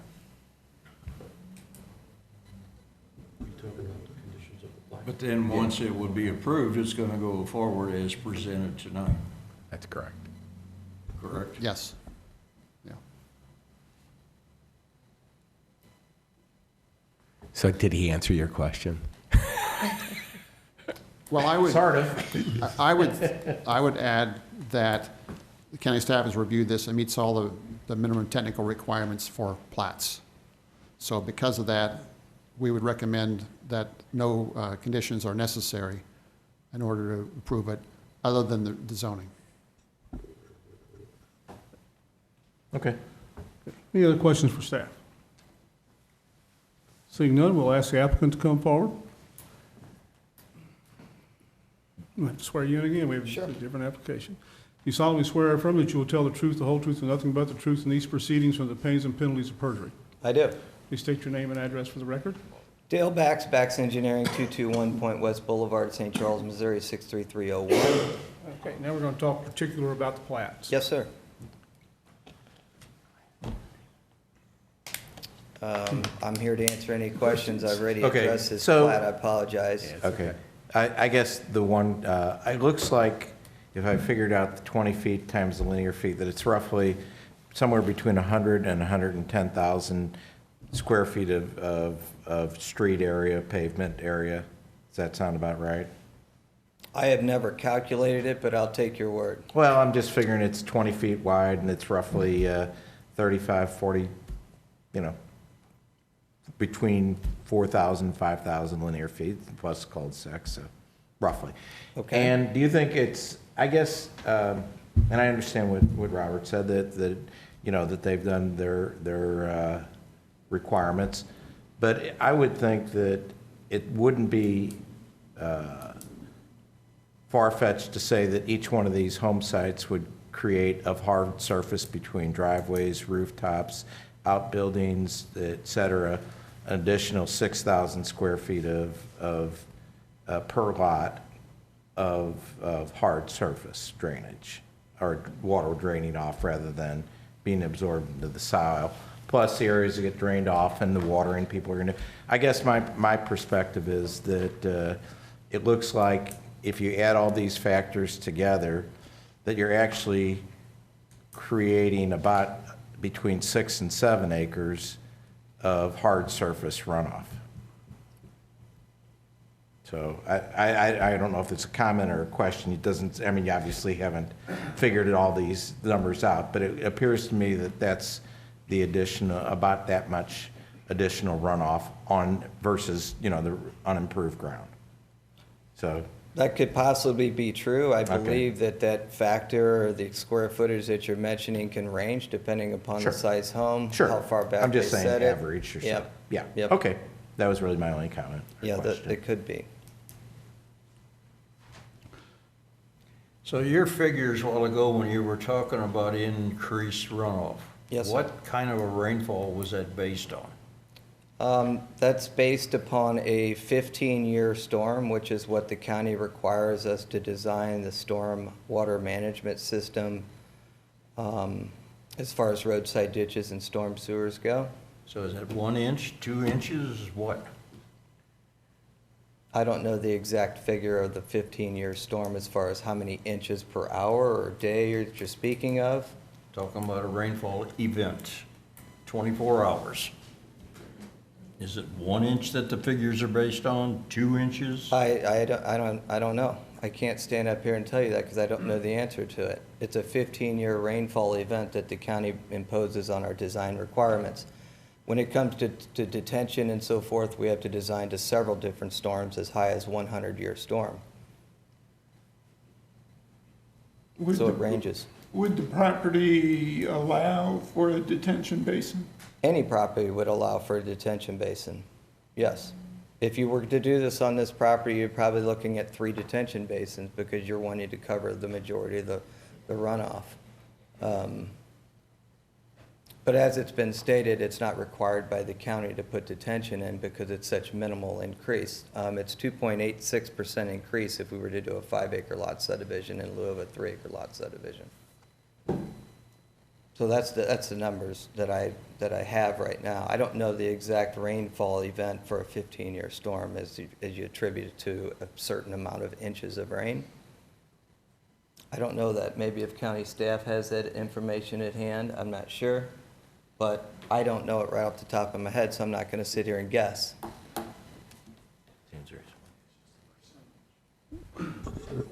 I don't have that at my disposal at the moment, but obviously we can get that information for people. Yeah.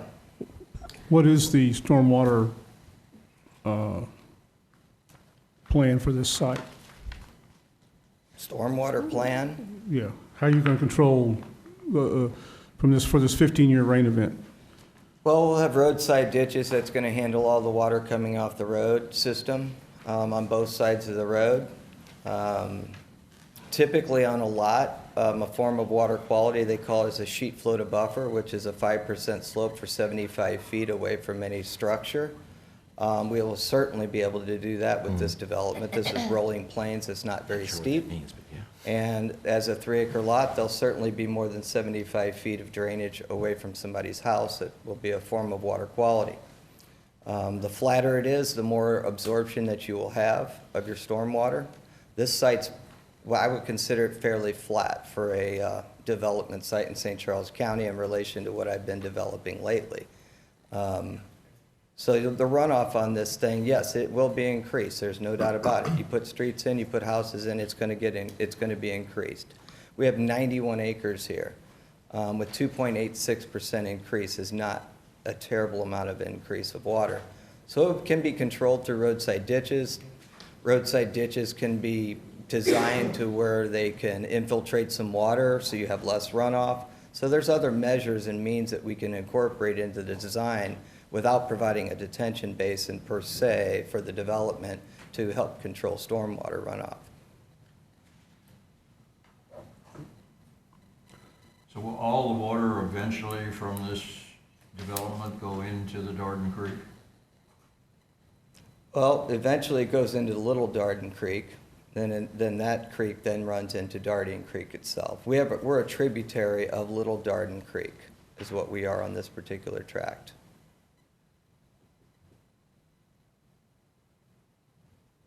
I'm just going to state a fact here. All of these developments, whether you say it takes 3 acres, you don't have to have a retention basin, that's all great. But what this county and everybody forgets is, it's the cumulative effects of all this development creating all the runoff that's going into the Darden Creek, eventually into the Mississippi River. And until somebody in this county starts to advertise for plans to start a cumulative effects study, we're going to continue to have water events that are going to continue to get higher and higher every year due to development. That's a known fact.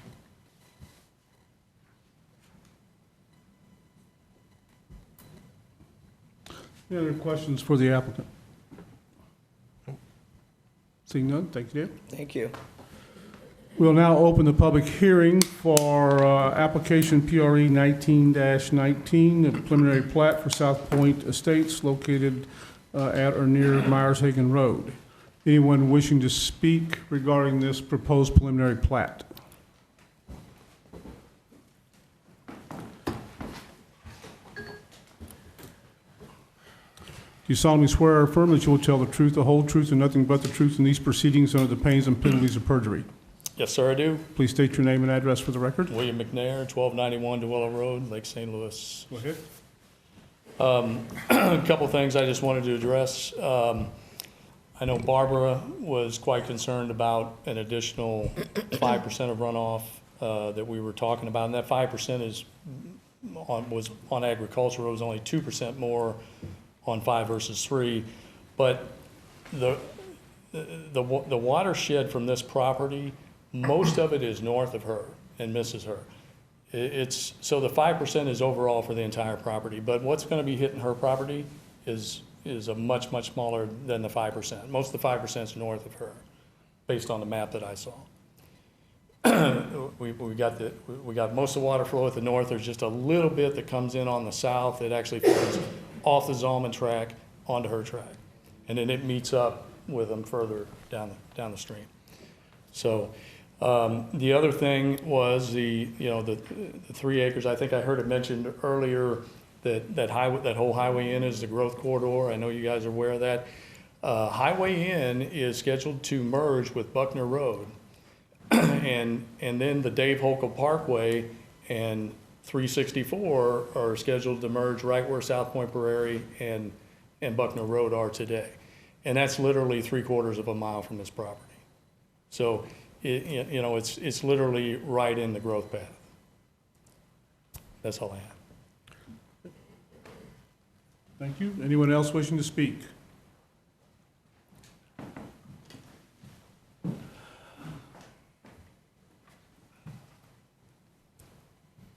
Do you solemnly swear or affirm that you will tell the truth, the whole truth, and nothing but the truth in these proceedings under the pains and penalties of perjury?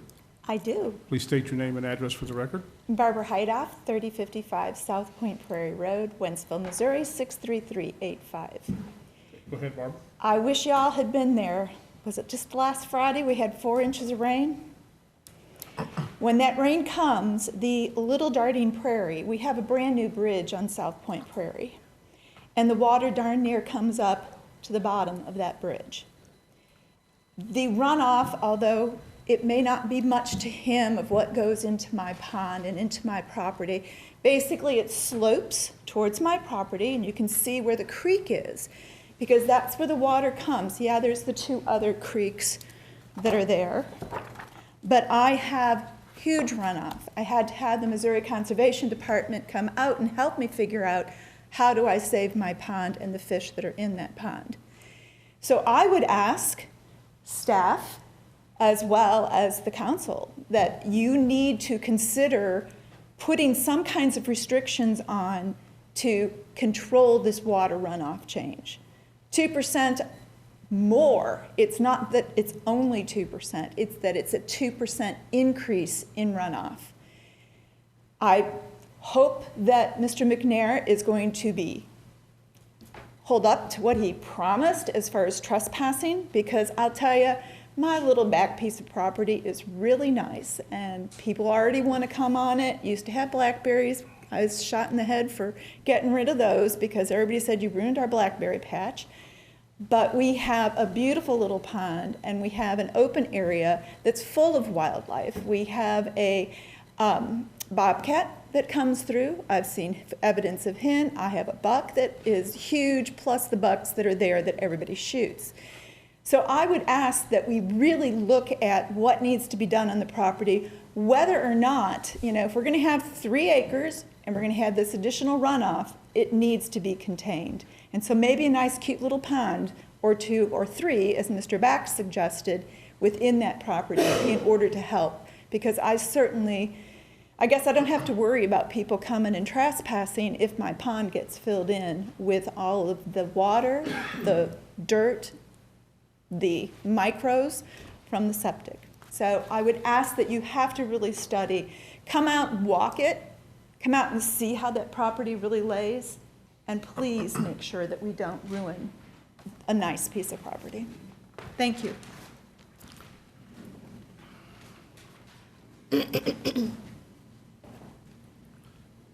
You solemnly swear or affirm that you will tell the truth, the whole truth, and nothing but the truth in these proceedings under the pains and penalties of perjury. So help me God.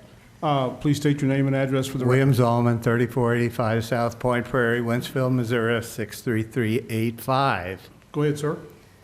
Thank you. Mr. McNair has stated that if anything happened, why, he would take care of it and make it right with his neighbors. I have doubts on that, frankly, because he calls us neighbors, but like I said, never seen him before tonight. I would hope that the retention ponds for Mrs. Heidoff and ourselves will be required because it definitely is necessary. We have a field that's between the creek and his property, and that area is washing pretty bad now, and I fear it's going to be worse when they start digging basements and doing the grading for the streets and so on. Thank you for your consideration. Anyone else?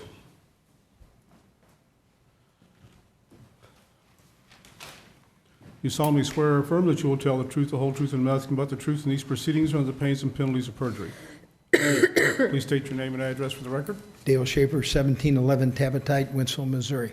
Go ahead, Dale. If we move from 5 to 3, I feel then that this is for the purpose of creating price points only for sale. I think that the county and staff should look at moving 10 on a subdivide to 6, which would be the equivalent of a 40% reduction also. I thank you very much again. Anyone else?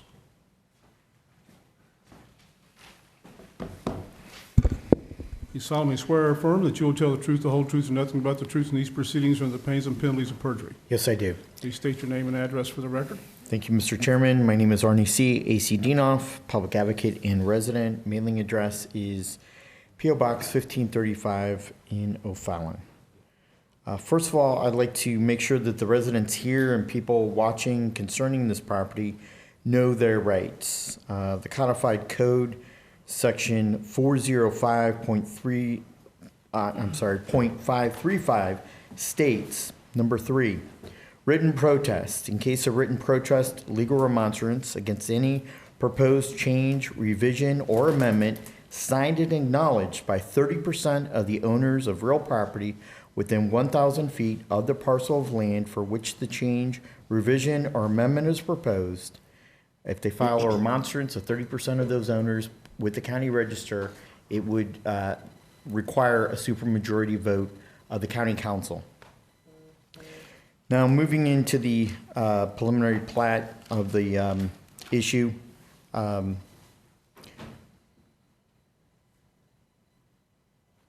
First of all, I don't see any letter as required by the Wentzville R4 school district. As you all know, the Wentzville R4 school district is bursting at the seams. They don't have any more place to put students. They're building right now another elementary school slated to open in August. And at the way that this is already, that building is going to be at capacity. So I don't see from staff any acknowledgement or any letter, correspondence from the superintendent of schools, Dr. Kane, in reference to if they can handle the influx of new students created by this subdivision. The second issue is the Wentzville School District Bus Transportation Division. I don't see where the bus director of transportation has responded. I don't see a letter from them that they can pick up the students in the subdivision, that the turning radiuses are large enough to accommodate a large school bus, and that is lacking from the packet. The next item is the Wentzville Fire Protection District and its fire marshal. I don't see any correspondence or letter from the Wentzville Fire District confirming that they're in compliance and will meet the fire codes with this subdivision. So again, that's lacking from the packet. The Department of Natural Resources, State of Missouri, their approval for the septic systems, again, is lacking and not part of the packet before you as commissioners. Now, as you all know, and you heard last month, there several issues of concerns involving erosion, water control, retention, detention.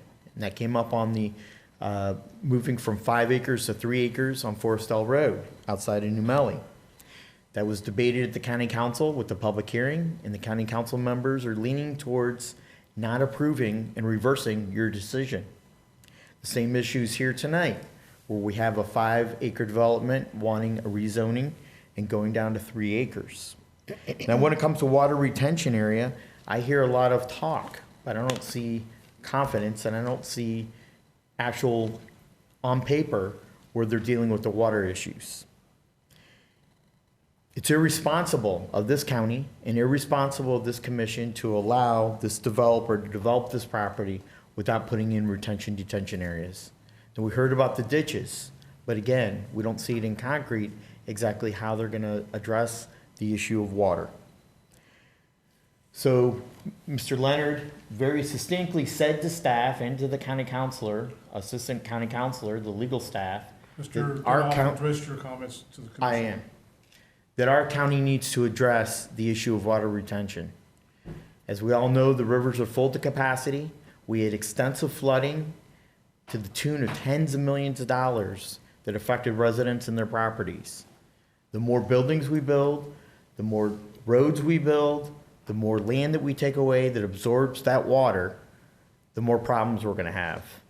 I just came from a meeting in Jefferson City yesterday in which the legislature and the Department of Natural Resources already knows that we're gonna have additional flooding in 2020, and it's probably gonna end up being till the fall of 2020. So we need to address this as a county. You need to address it as a commission, take the leadership role, change the Unified Development Code, and mandate that if the people behind me wanna make a profit, that they need to put in the ample infrastructure and the ample capital improvements to make it right for the neighbors around, so they don't get flooded out, erosion doesn't occur, and that this is done in a responsible manner. The way that our county is going, the way that this commission approves development after development is irresponsible growth and irresponsible development. If we want to develop our county in a comprehensive manner, then you have to have the realms and the capital improvement process to ensure that everybody is taken care of. So water detention, retention, right now it's irresponsible. The last issue is the compliance with the county tree preservation ordinance. I hear promises from the developer, but I don't see it in writing. And I don't see where where county staff recommended that that the developer meet the compliance of the tree ordinance. So I would like that to be an amendment and a condition. And I also would like the water retention issue to be addressed by you. It's been long overdue. And those conditions need to be put in here to assure that these property owners and that their investment is taken care of and that they're not flooded out or eroded out. This came up last month, as I said, on the Forestel issue.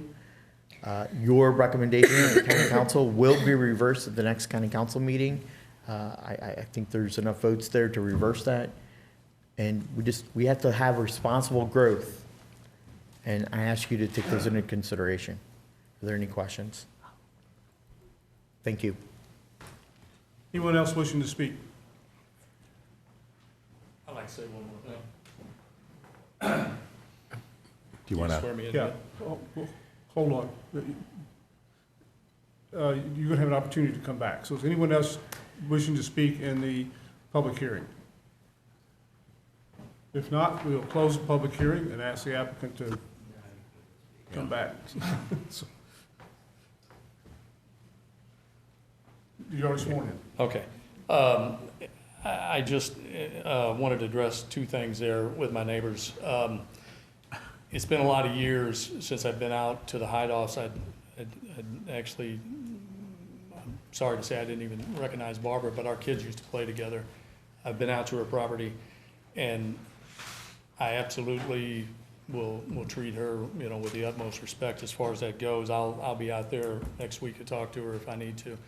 Mr. Zollman mentioned a couple times he's never met me, And unfortunately, I guess I didn't make a big enough impact. I've met him at least twice. The last time was when my father passed away, and I was looking for a funeral plot. And he handles them up there at the Lynn Cemetery. And I was in there and we talked. So anyway, that's all I want to say. Thank you. Any questions for the applicant? Any questions for Mr. Bax regarding this preliminary plat? This is not the final plat, the preliminary plat. Seeing none, we'll bring this back to the commission for consideration. Any questions for staff, comments?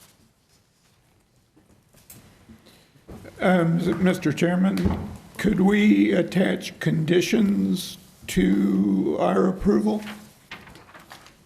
The one condition recommended by staff is that this is subject to the county council approving the rezoning. Now, other conditions regarding an issue with the preliminary plat, we would ask council or staff. Our determination is that it meets the minimum technical requirements. So unless there's something specific that you feel from a technical basis it doesn't meet, I don't think that conditions are warranted. Yeah. Now, this will come back again as a final plat, correct? No, it would not. If a preliminary plat is approved, Yeah. then a final plat, as long as it's in conformance with the preliminary plat that you approved, then that could be reviewed and approved by county staff. Now, if you want to add a condition, we can put another condition on it. You can do it. We can do what we want to. Well, I think a condition mandating 3 detention ponds should be considered.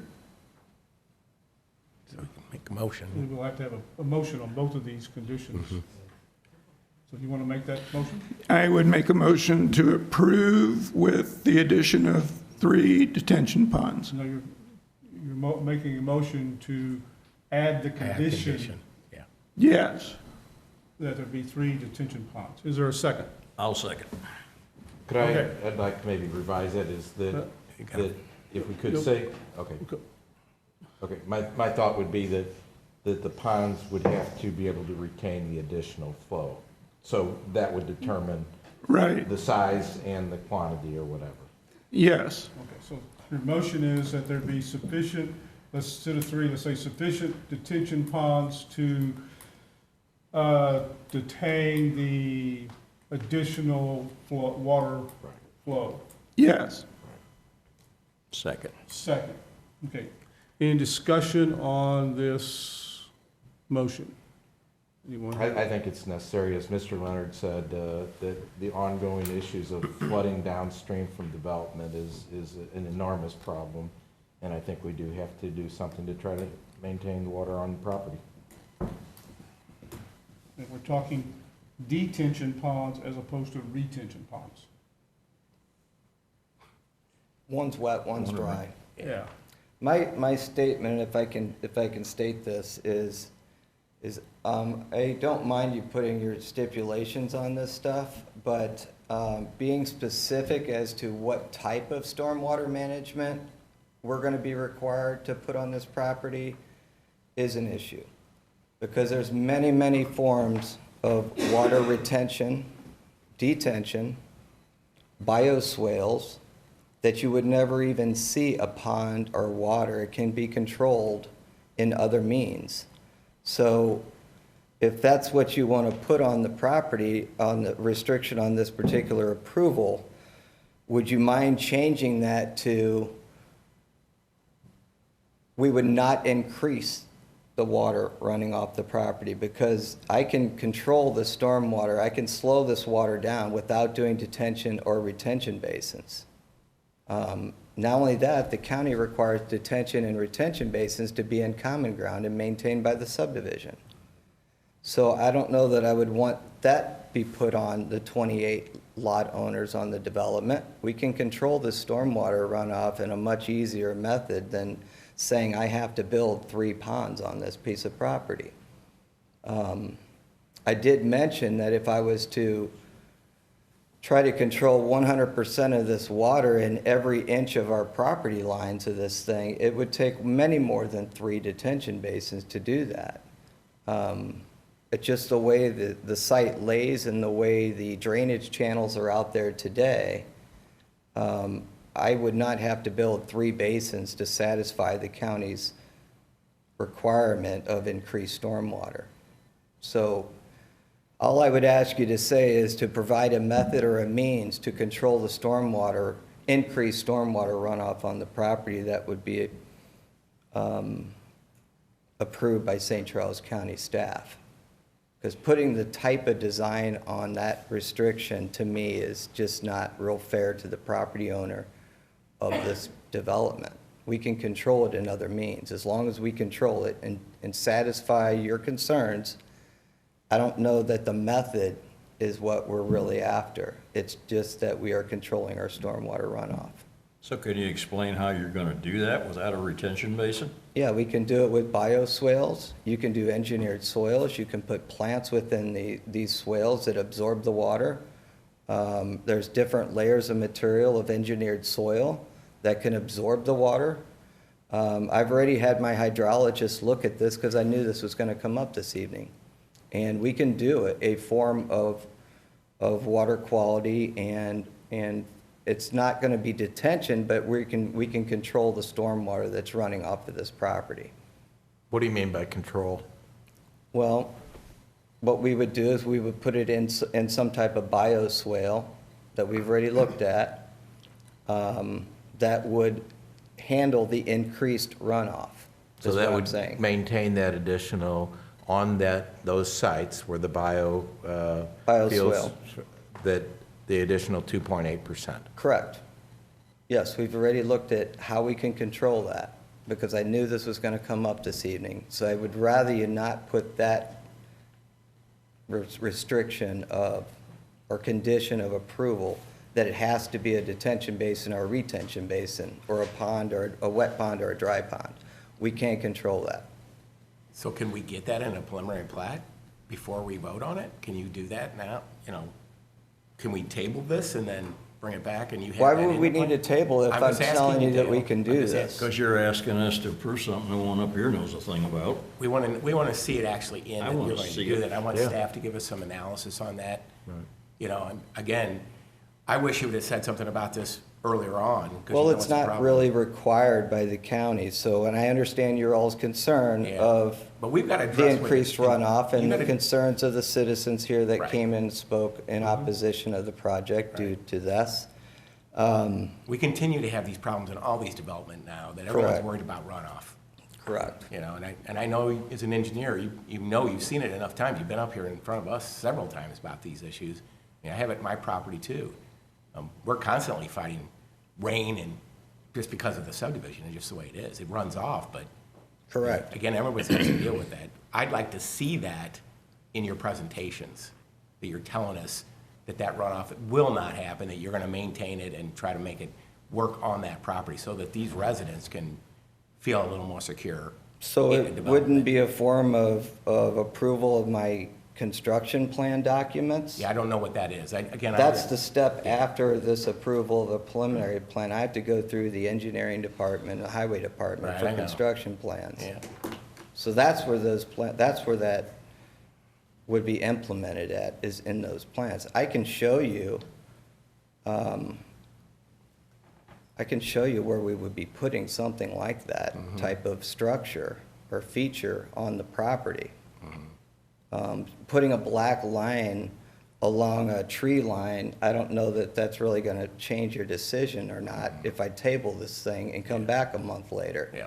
Because that's what it's going to be. It's just going to be a solid black line that's going to say BMP, bioswale, stormwater management, you know, and I'll put a note on the plan about increased runoff. So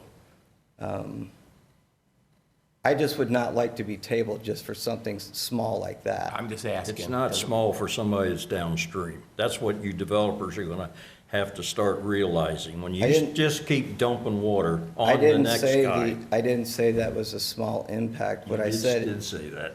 What I said is something that would be very small on a drawing. you know, small on the drawing, small on anything, it impacts everybody downstream. Absolutely. You're 100% correct. I wonder if I could withdraw my motion Mr. Leonard, you withdraw your second?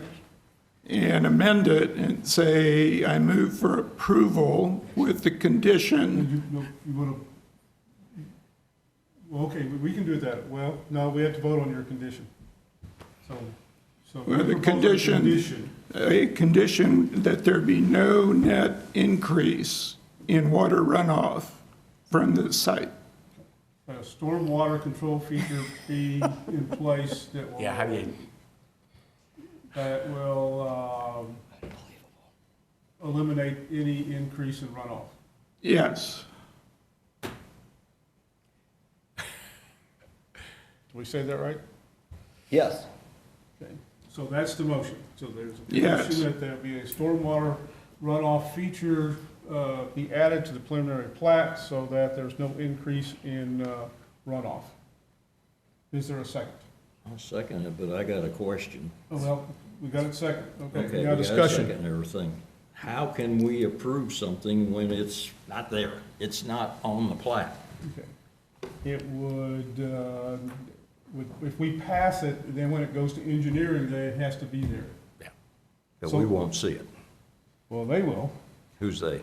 The Engineering engineering and staff. Okay, It's just but like the tree removal, like the preliminary plat doesn't show the tree removal, so when the, Yeah, it I does. think, does it? Yes, it does. I can't read it. It's too small, what we have now. Used to, we would get the big ones. Yeah. But it would have to be there. And Robert would have to, with engineering, would have to ensure that it was there. If it's not there, then he can't sign it and I can't sign it. One thing that we could do is add a note to the preliminary plat that reflects that motion. And that, so that when it gets to the next stage, the construction plan stage, then those details will be worked out between the engineers for the developer and the engineers and our county staff as well, to design it so that it works properly. For instance, there may be rain gardens, there might be one, there might be multiple rain gardens. You know, it all depends on the details of what works for this specific site. yes, for more discussion, if there's any. Any more, does that answer your question? Kinda. Any more discussion on this motion for the condition requiring stormwater management feature that will eliminate any additional runoff from this project? Okay. Sounds reasonable. So Mr. McDonald made the motion, Mr. Second. Mr. Kuhn, how do you vote? Yes. Mr. McDonald? Yes. Ms. Sally? Yes. Mr. Fromm? Yes. Mr. Clary? Yes. Mr. Leonard? Yes. And I vote yes, so that condition passes.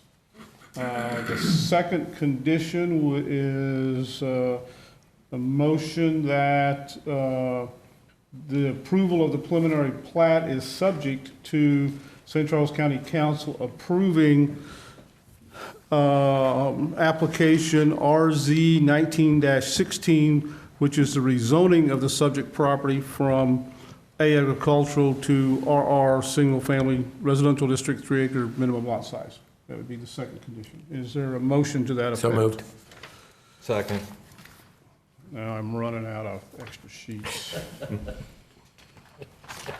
Okay, so Mr. Fromm made the motion, Ms. Sally, how do you vote? No. Mr. Fromm? Yes. Mr. Clary? Yes. Mr. Leonard? No. No. Mr. Kuhn? Yes. Mr. McDonald? Yes. And I vote yes, that condition. So Mrs. Sally voted no. Change it. She voted said no? no. You said no, right, Diane? Oh, Yeah. I didn't hear. Yeah.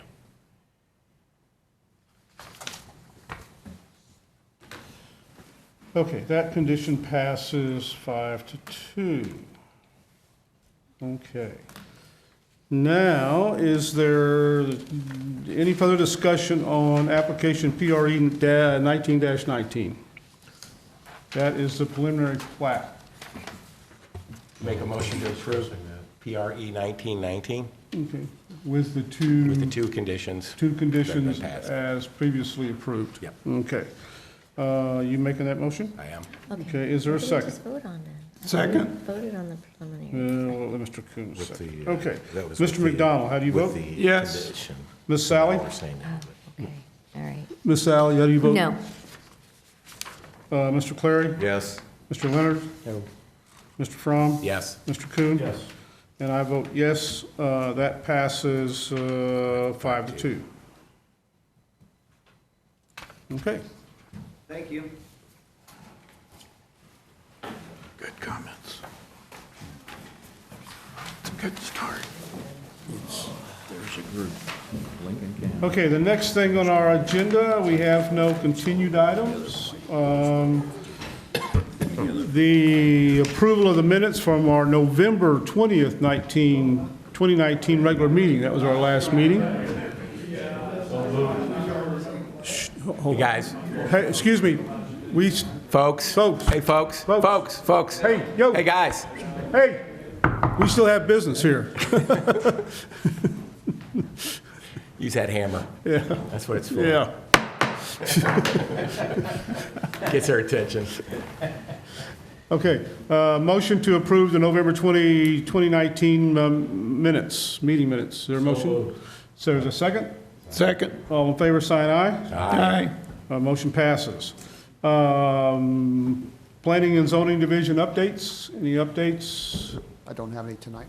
Okay, and then the next item of other business is election of officers. We were supposed to do this last month, but we didn't meet, so we need to elect a chairman, a vice chairman, and a secretary.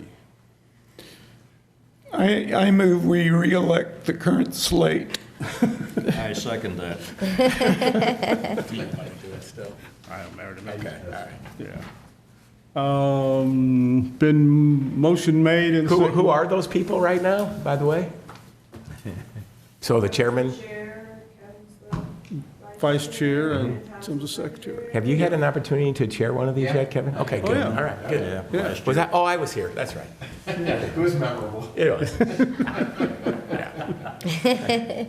Motion's been made and seconded to re-elect the current officers for another year. All in favor, sign aye. Aye. Opposed?